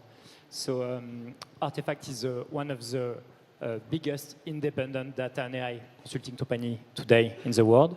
We are 1,500 people. Artefact operates in more than 20 countries, including Saudi. So for us, Saudi is a very important market, and I was here in Riyadh a couple of weeks ago with this Excellency French Ambassador Ludovic Pouille, to introduce a data and AI summit in Riyadh, and we will definitely be in LEAP a couple of months next month. So first of all, I think there is a full complementarity between Vision 2030 and data and AI. I think 60% of the Vision 2030 relies on data, AI, and digital. So it's really at the heart, we think, of the strategy. I think the ecosystem is fully aligned with that. We see new startups coming. We see schools popping everywhere. We see investment. And actually, my shareholder, Ardian, have also designed a strategic alignment with PIF. And there is a lot, I think, things going on. Artefact, what we do is we want to accelerate data and AI. So we are not a tech provider per se, but our vision is to say, okay, tech is a bit everywhere today in the ecosystem. How we can leverage technology, whatever it is, and I think I'm surrounded with like great investors and owners of technology. How we can leverage this technology and accelerate our clients. So I can give you an example. We work today in a lot of governmental, non-governmental institutions. For example, for STA today we are already leveraging generative AI to create unique visitor journey. So it used to be very manual, and for example, used to have someone either you as a visitor or someone to help you at STA design, what could be your visits. And today we can leverage generative AI to, we call it the power of one. You can have personalized, completely made out of generative AI visit. So this is kind of, bridge we try to build between our client and the existing technology. And for us, I think what is very important is how we can, accelerate also building capabilities and talents. Artifact signature is data is about people. And I think one of the key things we are fighting, especially in Saudi, is how, we can do this kind of mechanism, we can project with Saudi locals. So this is why we announced a couple of weeks ago the creation of a school of data. So we have already a school of data here in Paris, but we decided to launch a school of data in Riyadh, really to train Saudi nationals, and especially women, because we think there is a lot of things to do together. Sounds it's a place to be. So Faisal, you raise a very important issue from regulating to enabling, and I know you've been very active on the reform. What advice would you give to French startup considering expanding in Saudi Arabia, and what are your top recommendations based on the current market conditions to attract them? What pitch? They love to pitch. I have a simple pitch. If you are looking for the Middle East, a market of 400 million people, 2 trillion GDP, there is no place else other than Saudi Arabia. It's, for most of the companies in the region, 60 to 70% of the revenue comes from Saudi. The amount of programs, incentives, facilities that are provided to any startup want to come to Saudi are unmatched. His Excellency spoke about Garage. Garage is an incubator, small version of Station F, but it's open for business. Any startup from French is welcome to come there. You will have your office second day. It has funding. You have what we call entrepreneurship visa. You can apply and get it in 24 hours. And the atmosphere is thriving. I recommend you guys to have a look at it. Thank you. So education and skills are very important. So a question to Florence now, because I know you have lots of ambition with all the projects you've mentioned. How do you approach the skills development in the kingdom and acceleration to get the future natural champion and have local people that will feel you need to have skills based in KSA? That's a very good question, François. Why? Because actually, according to the World Economic Forum, 80% of the skills that are needed to continue the transformation of the economy, we don't have yet. We don't know them yet, which means we are going to need to bring the right skills on virtual twin or on cobot, on artificial intelligence, on generative artificial intelligence, on quantum, to all the young and not so young people of Saudi Arabia, because it's about bringing the right skill to the students, but also to people like you and me, François, who are not so young anymore, and who are going to continue to work. So how do we want to do that? Well, together with Saudi Aramco, but also companies like FIVS, we are working at bringing what we call Center of Excellence in the Kingdom. And what is a Center of Excellence? It's a place where we showcase the latest technology in order to empower the people of Saudi Arabia, the Saudi students and professionals, with the latest technology on virtual twin, AI, data analytics, machine learning. And then it allows them to apply this technology directly into their Saudi companies. So it's a very important element of the upskilling of the population. And what we are doing with Aramco and FIVS and Alliance Industrie du Futur, we also intend to replicate it with Alula, because Saudi Arabia wants to have the smartest city, beginning with NEOM, Alula, and some other mega projects. And we think that in order to make it happen, you need to bring the right skill to the urban planners and urban developers, the skills around the virtual twin of the city. And in order to make it happen, we are working with Alolua to create a center of excellence around smart city. And with that, we hope to empower the next generation of Saudi innovators. Time is precious, so I will end by 1 minute each. Sorry about the timing. For Georges Olivier, something in 1 minute to say, and also Vincent and Patrick, and I will finish with Eamon. Okay, so I start. Well, first of all, I agree with everything that has been said so far, especially the upskills of the talents. And so at Pascal, even though we are a small company, we have to take our part in the effort. And that's the reason why we are working with the local universities. So as an example, we were among the first being part of a program, Destination Deep Tech, created by KAUST. We are now tenant at the KAUST Research and Technology Park. We have a local presence in the kingdom since 1 year, and our first employee is a female, by the way. And now we open our local entities. We opened it in April this year. We have a collaboration with Saudi Aramco. As I said, they are investor in the company, but we are also partnering with them for the development of applications and use cases. And this is not only the only partnership we have. I mean, we are also working with MICT, with MISA, KAUST, I said it. And I think at Pascal, we really want to build this common ecosystem to upskill these talents together to make our vision 2040. The minute is over, sorry. Vincent, 1 minute. Yeah, so first I want to thank, I would say, all our clients, government, non-government, who has trusted us over the last couple of years. Today, Saudi is really the region in the world where we see the hugest growth, and we see a lot of potential. So for us, it's all about acceleration, and I think we've proven with a lot of cases that data and AI can be a huge contributor to growth, but also sustainability. For example, we worked with SEC, with the Saudi electricity company, and we've pulled out data from smart meters, to help citizens decrease and optimize their electricity consumption. There are so many things we can do, and we feel that, Saudi has really, the good mindset and empower data and AI as a key pillar of strategy, but also all the new greenfield projects popping everywhere.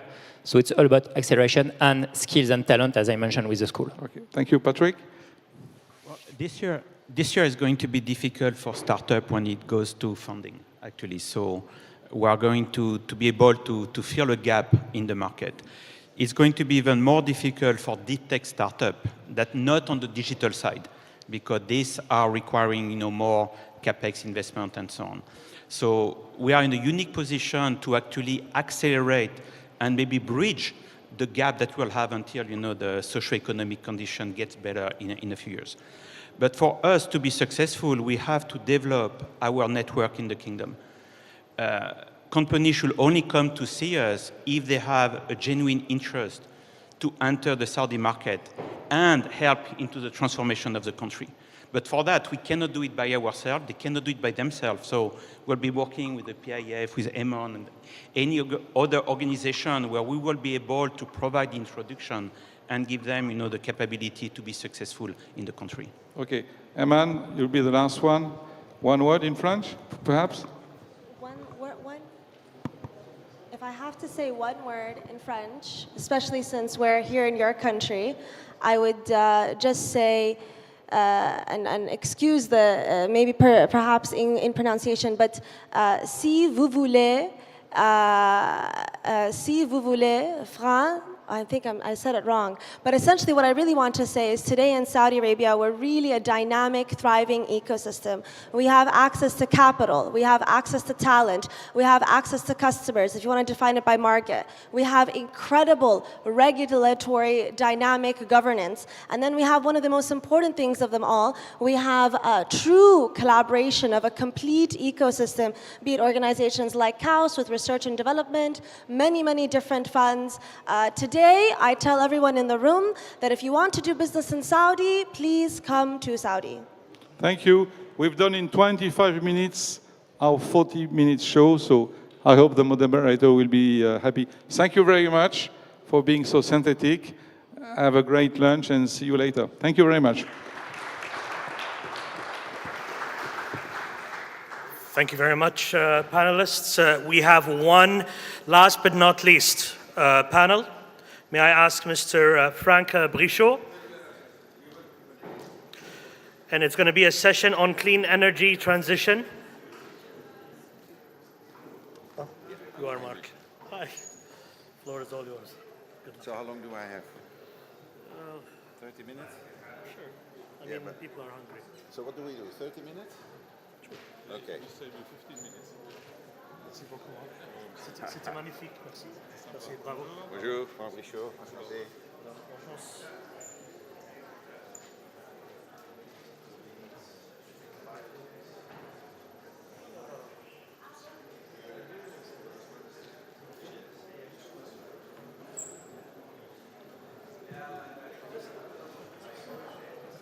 Good afternoon, ladies and gentlemen. I'm Frank Brichot. I think we need to skip to the next. Can I call on stage Olivier, Beatrice, Amir, Michel, and Sami?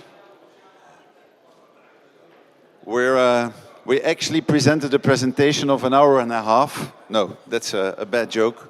We're going to try to squeeze it in 30 minutes because I understand that we are standing between you and the lunch. But, you know, this is about renewable energy. Energy is at the core of the past of Saudi Arabia and the future. And this panel is about drawing a roadmap on renewable energy. Myself, I'm working for ENOA. ENOA is the energy and water company for NEOM. So clean energy is really at the core and at the heart of what we're doing. And what we've learned already in NEOM and in ENOA is that with all the challenges that we have, we cannot do it alone by ourselves. We need partnerships between companies, we need partnerships between countries, and that's really what this panel is all about. We're going to focus on a number of areas, briefly on the energy transition, then some words on hydrogen, the overall wider renewable landscape, and last but not least, sustainable fuels. But let's get first into the energy transition. Sami, can I, is the mic working? Yes, yes, it's working. As I already said, energy is really part of the DNA of the Kingdom of Saudi Arabia, not only in the past, but also in the future. What's the Kingdom's vision for the transition? And what do you see in terms of opportunity for further collaboration between the Kingdom and France? Thank you, Frank. The Kingdom's vision is, as has been announced in October of 2021, that the Kingdom has committed to its net zero by 2060, and it will achieve this through the circular carbon economy. The circular carbon economy is a holistic approach to achieve sustainable energy while mitigating and addressing climate change. It has 4 pillars: reduce, remove, reuse, recycle. And on these pillars, working together, the Kingdom has announced that its close 2030 goal is to reduce its emissions by 278 million tons per annum.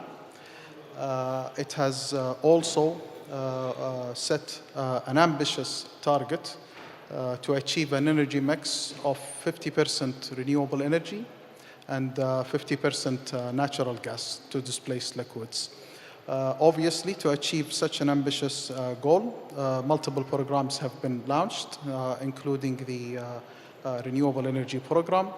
There has been more than 7 high-voltage DC projects launched to integrate the network. There has been up to 40% of the transmission infrastructure upgraded to accommodate this goal.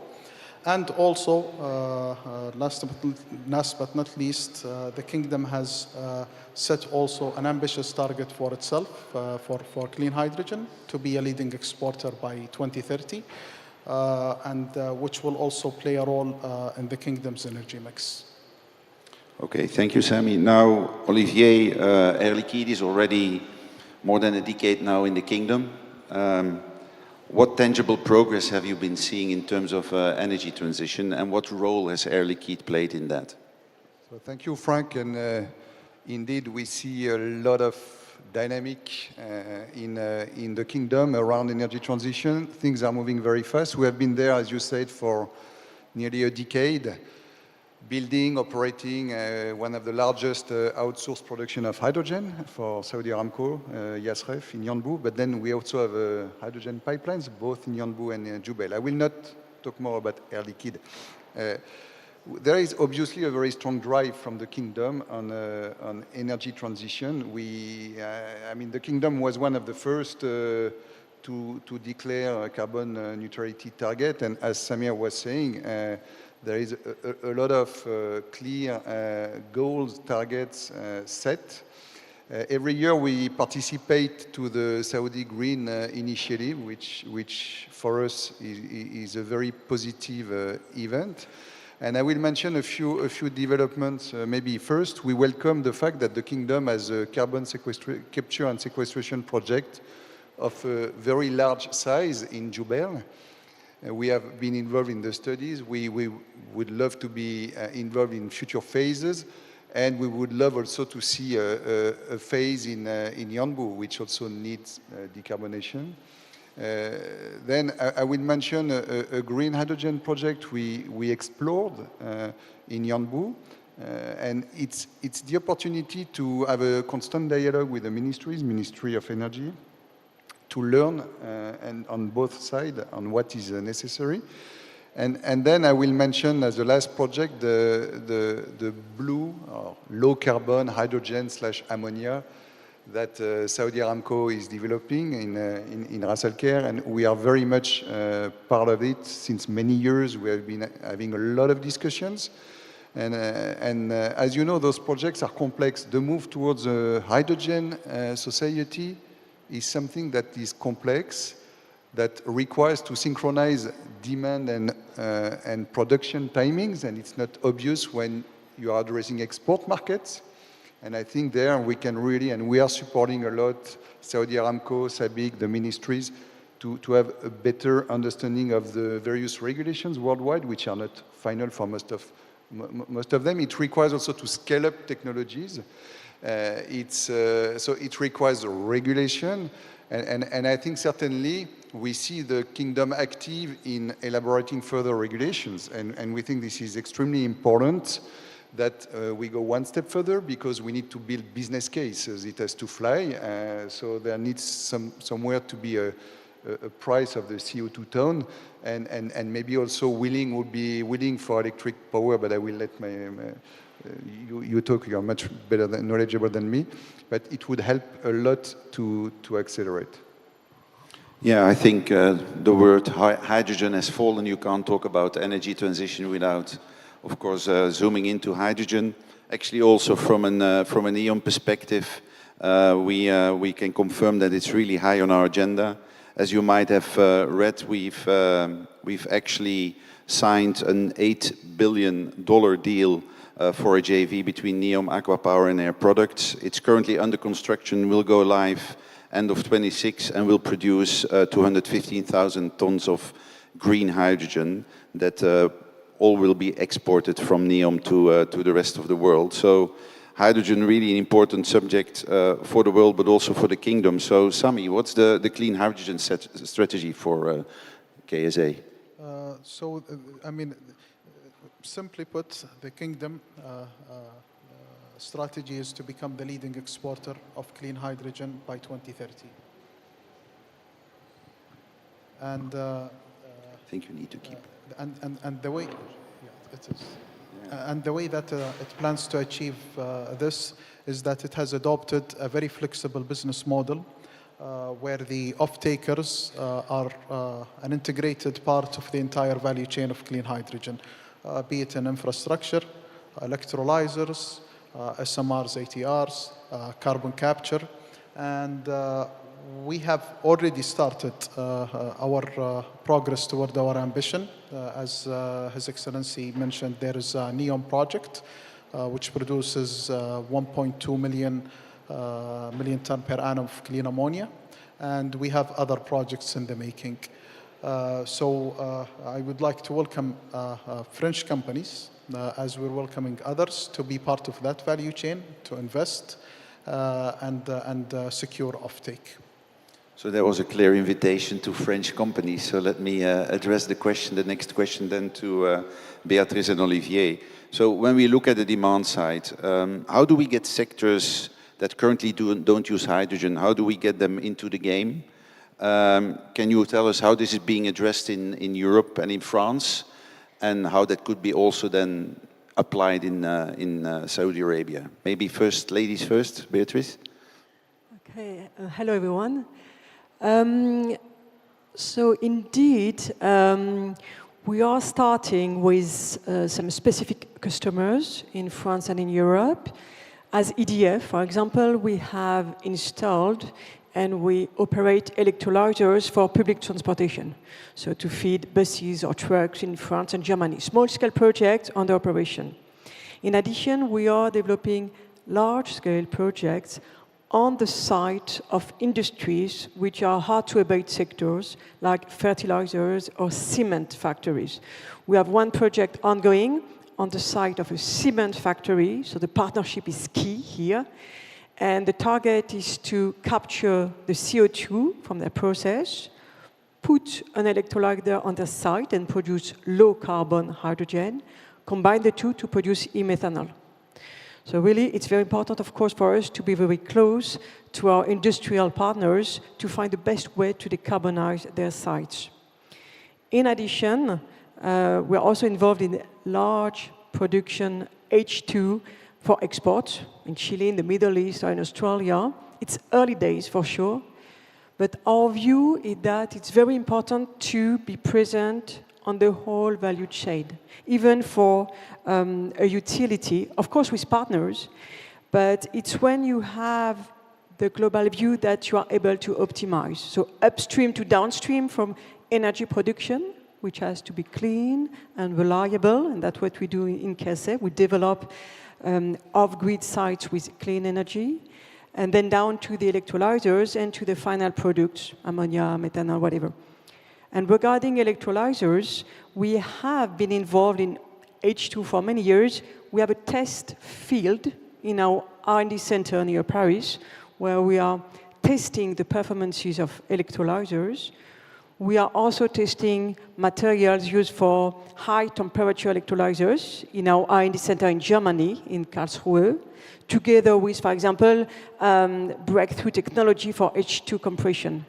So for us, it's really a matter of global optimization to accompany our industrial partners, and of course doing it with oil and gas partners, marine logistics people, so that we find the best way to produce competitive hydrogen. Thank you, Beatrice. Olivier? Frank, to complement what Beatrice was saying, so first, you create a market when there is a business case, so I think this is obvious, but this must be sometimes reminded. Hydrogen, energy transition is much more than hydrogen. Sometimes it's also about oxygen, and it's very much about CO2. And Beatrice was mentioning the cement, which was one of the largest CO2 emitter. And we are very much involved with them to capture their CO2. We have good technologies. So there is not always hydrogen, because we don't always use the CO2 for methanol. But CO2 is key. So now if we come to hydrogen, there is one new market which was not existing years ago, which is the mobility, so the hydrogen-powered vehicles. And if you take the example of the Kingdom, we can easily imagine a hydrogen route for trucks that goes from Dammam, Riyadh, Jeddah, Mecca, and Yanbu. And it's 5,000 kilometers, it's something possible. You have also the steel industry, who was not a consumer of hydrogen. When you talk about DRI, you are mentioning hydrogen, and there are more and more steel companies coming into the kingdom, so it could be applicable, even though Air Liquide as a hydrogen provider, we still believe that natural gas could be used for the next years before switching to hydrogen. Let's be also pragmatic and realistic. Last, you have the industries that are consuming hydrogen today that will consume much more hydrogen tomorrow due to decarbonation. And this is typically the chemical industry, crackers, and we see a lot of potential with all the liquid to chemicals projects announced in the kingdom. We are talking about multiple crackers, and if they are, and when they will be decarbonized, it's not if, when they will be decarbonized, it will represent huge volumes of renewable or low carbon hydrogen. Thank you, Olivier. Now, Amir, Hy-24 and hydrogen, they are distant for each other, I understand. What kind of opportunities do you see, for France and KSA to form partnerships? Thank you for asking the question. In fact, hydrogen, as you mentioned, is probably the next unavoidable wave of the decade if you want to decarbonize at big scale. And this is the reason why Ardian made the decision to team up with some experts coming out from the hydrogen industry to create a dedicated fund manager to invest into the field, because you need money to make all those massive investments. It's roughly 320 billion announced projects in the world that need to be done by 2030. And only 5% of them today have reached a stage which is a final investment decision. So there is a big challenge and also an opportunity around scaling up and investing into the projects. And scaling up means that you need to do the project the right size to achieve tangible economics. And today, the average size of the project is in the region of 50 to 70 megawatt, the project that get to final investment decision. This is far too small to achieve attractive economics. And the attractive part about MENA and Saudi, amongst the other Gulf countries, is that they have extremely attractive resources and extremely clear ambition, and an ecosystem that is linked to the oil industry that can be very much recycled into the hydrogen field, which makes it a very attractive place to speed up. And I think you mentioned NEOM, which is a very clear illustration of how fast things can move.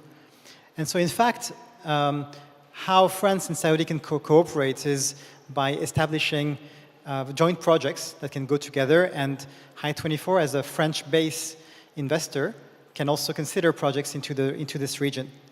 There is already strong links that exist at the level of Ardian. Ardian has a strategic partnership with PIF, and also we are part of the One Planet Sovereign Wealth Fund initiative. There is a dedicated hydrogen working group, which we lead together with Mubadala and PIF. And in this context, we're also working around the topic of certification, which is a key topic when you want to export the molecules out of the Gulf regions into Europe, where the demand is. So this is the areas of cooperation that I can see forward. Thank you, Amir. Now, hydrogen, hot topic, certainly part of the energy transition, but we need more. We need a wider renewable landscape. I can also testify that from a NEOM perspective. Yes, we're going to do a 100% renewable energy system based on wind and sun, but we also need very large and smart storage. We need good demand-side management. We need robust grids. So it's really about the wider energy system. And there I want to come to you again, Beatrice, because what kind of opportunities do you see for EDF and other French companies in the area of any relevant renewable assets that you might see useful for the kingdom? Well, a lot is happening in the kingdom, so we are very pleased to participate in this. Indeed, we have built Dumat wind farm for 100 megawatt that is under operation now. Solar wind farm, South Jeddah, 300 megawatt that we just completed. But in addition to these renewable sources, we indeed believe that storage is key. And in particular, in addition to batteries, long duration storage is crucial for the stability of the system. And we are working with NEOM on feasibility studies for pump storage. We are already operating something like 5 gigawatt of pump storage capacity in the world. We are building one in Dubai currently, Hatta. And you have a good potential. So I think the kingdom is very lucky with lots of sun, wind, but also possibilities to build pump storage which will complement these mini-grids. In addition, these systems, which are off-grid, in fact, not connected to the main grid, also need remote monitoring, global optimization, energy efficiency. And for example, that's what we are doing, or we intend to do for Amala. We have been selected as preferred bidder. And you need reliable, clean, and 24/7 power. So to deliver that, we use solar, batteries, also biofuel engines, kilometers of networks, substations, together with water and desalination. And here again, a bit as for hydrogen, global optimization is key because we need to adapt the systems to the exact needs of the customers and make it efficient. And with efficiency measures, we see that we can reduce drastically the consumption. So it's really a global view that we try to implement in the kingdom, and we are very pleased to be able already to do things in the kingdom, but happy to do more in the future. Always with local partners, because for us, partnerships are key for success. Well, thank you for the bridge, Beatrice, because talking about local partners, Michel Alfanar, you've gained quite a good understanding, through all kinds of projects you already have been executing. What do you consider as the competitive advantage that Saudi can bring to the table? And how can that advantage or those advantages support further collaborations with international partners? Yeah, so I think mainly compared to other countries that we've been in Europe and India, other places, really we see a clear vision in Saudi Arabia. We see good direction, there's good work between the different ministries, there's availability of land, easy permitting.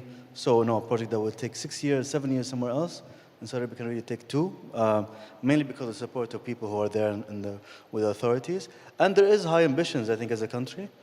Which does enable projects like NEOM and others to go through. And that we just don't see that anywhere else.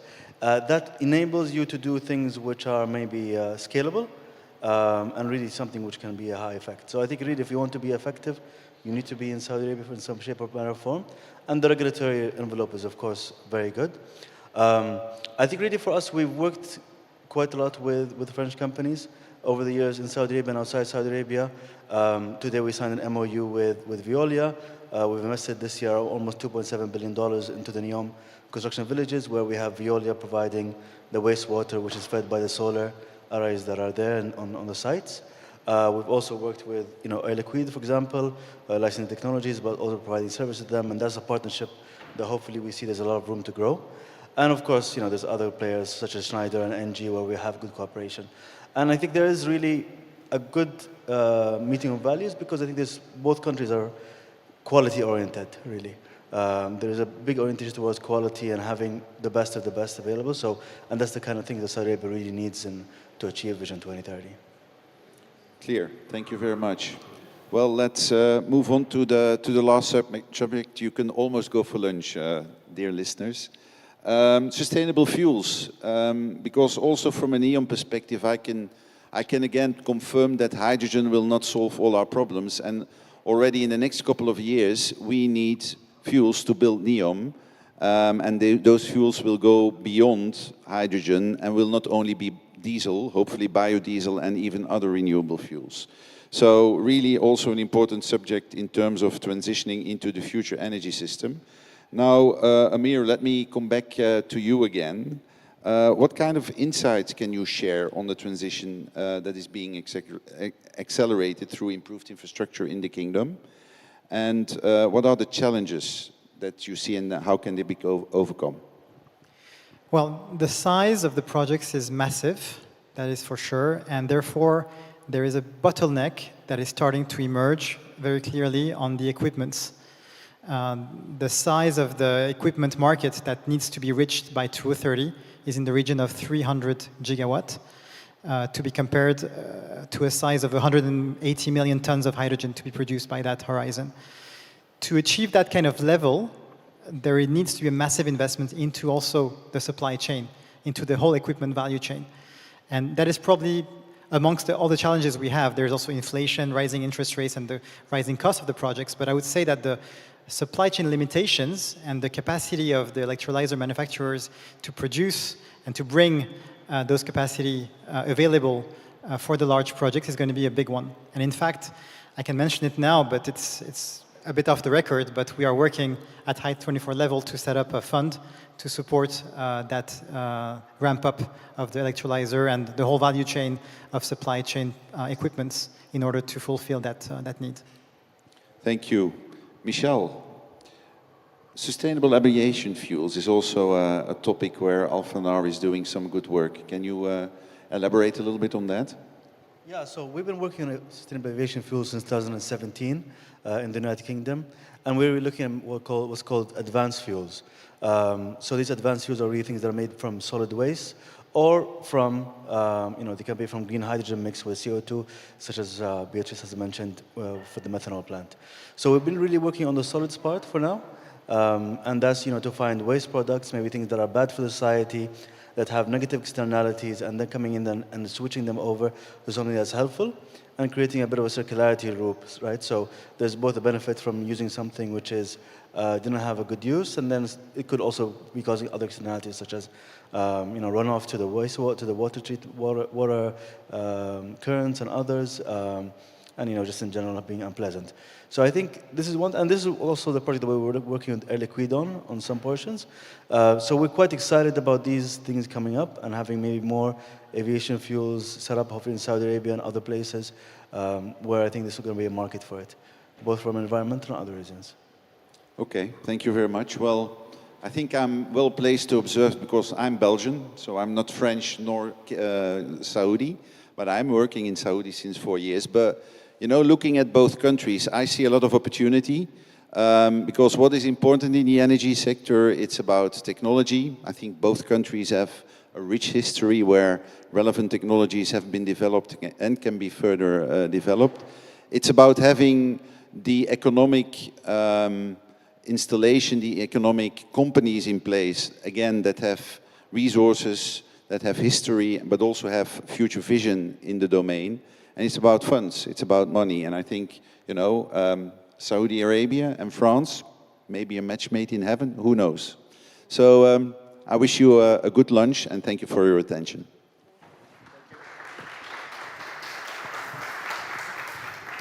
Thank you very much, Mark, and our lovely panelists. Ladies and gentlemen, if I may ask you to head over to the lunch area, which is going to be at the terrace, and then followed by B2B, which is going to be on the ground floor. And this concludes our Saudi-French forum, and thank you very much, everyone. Enjoy.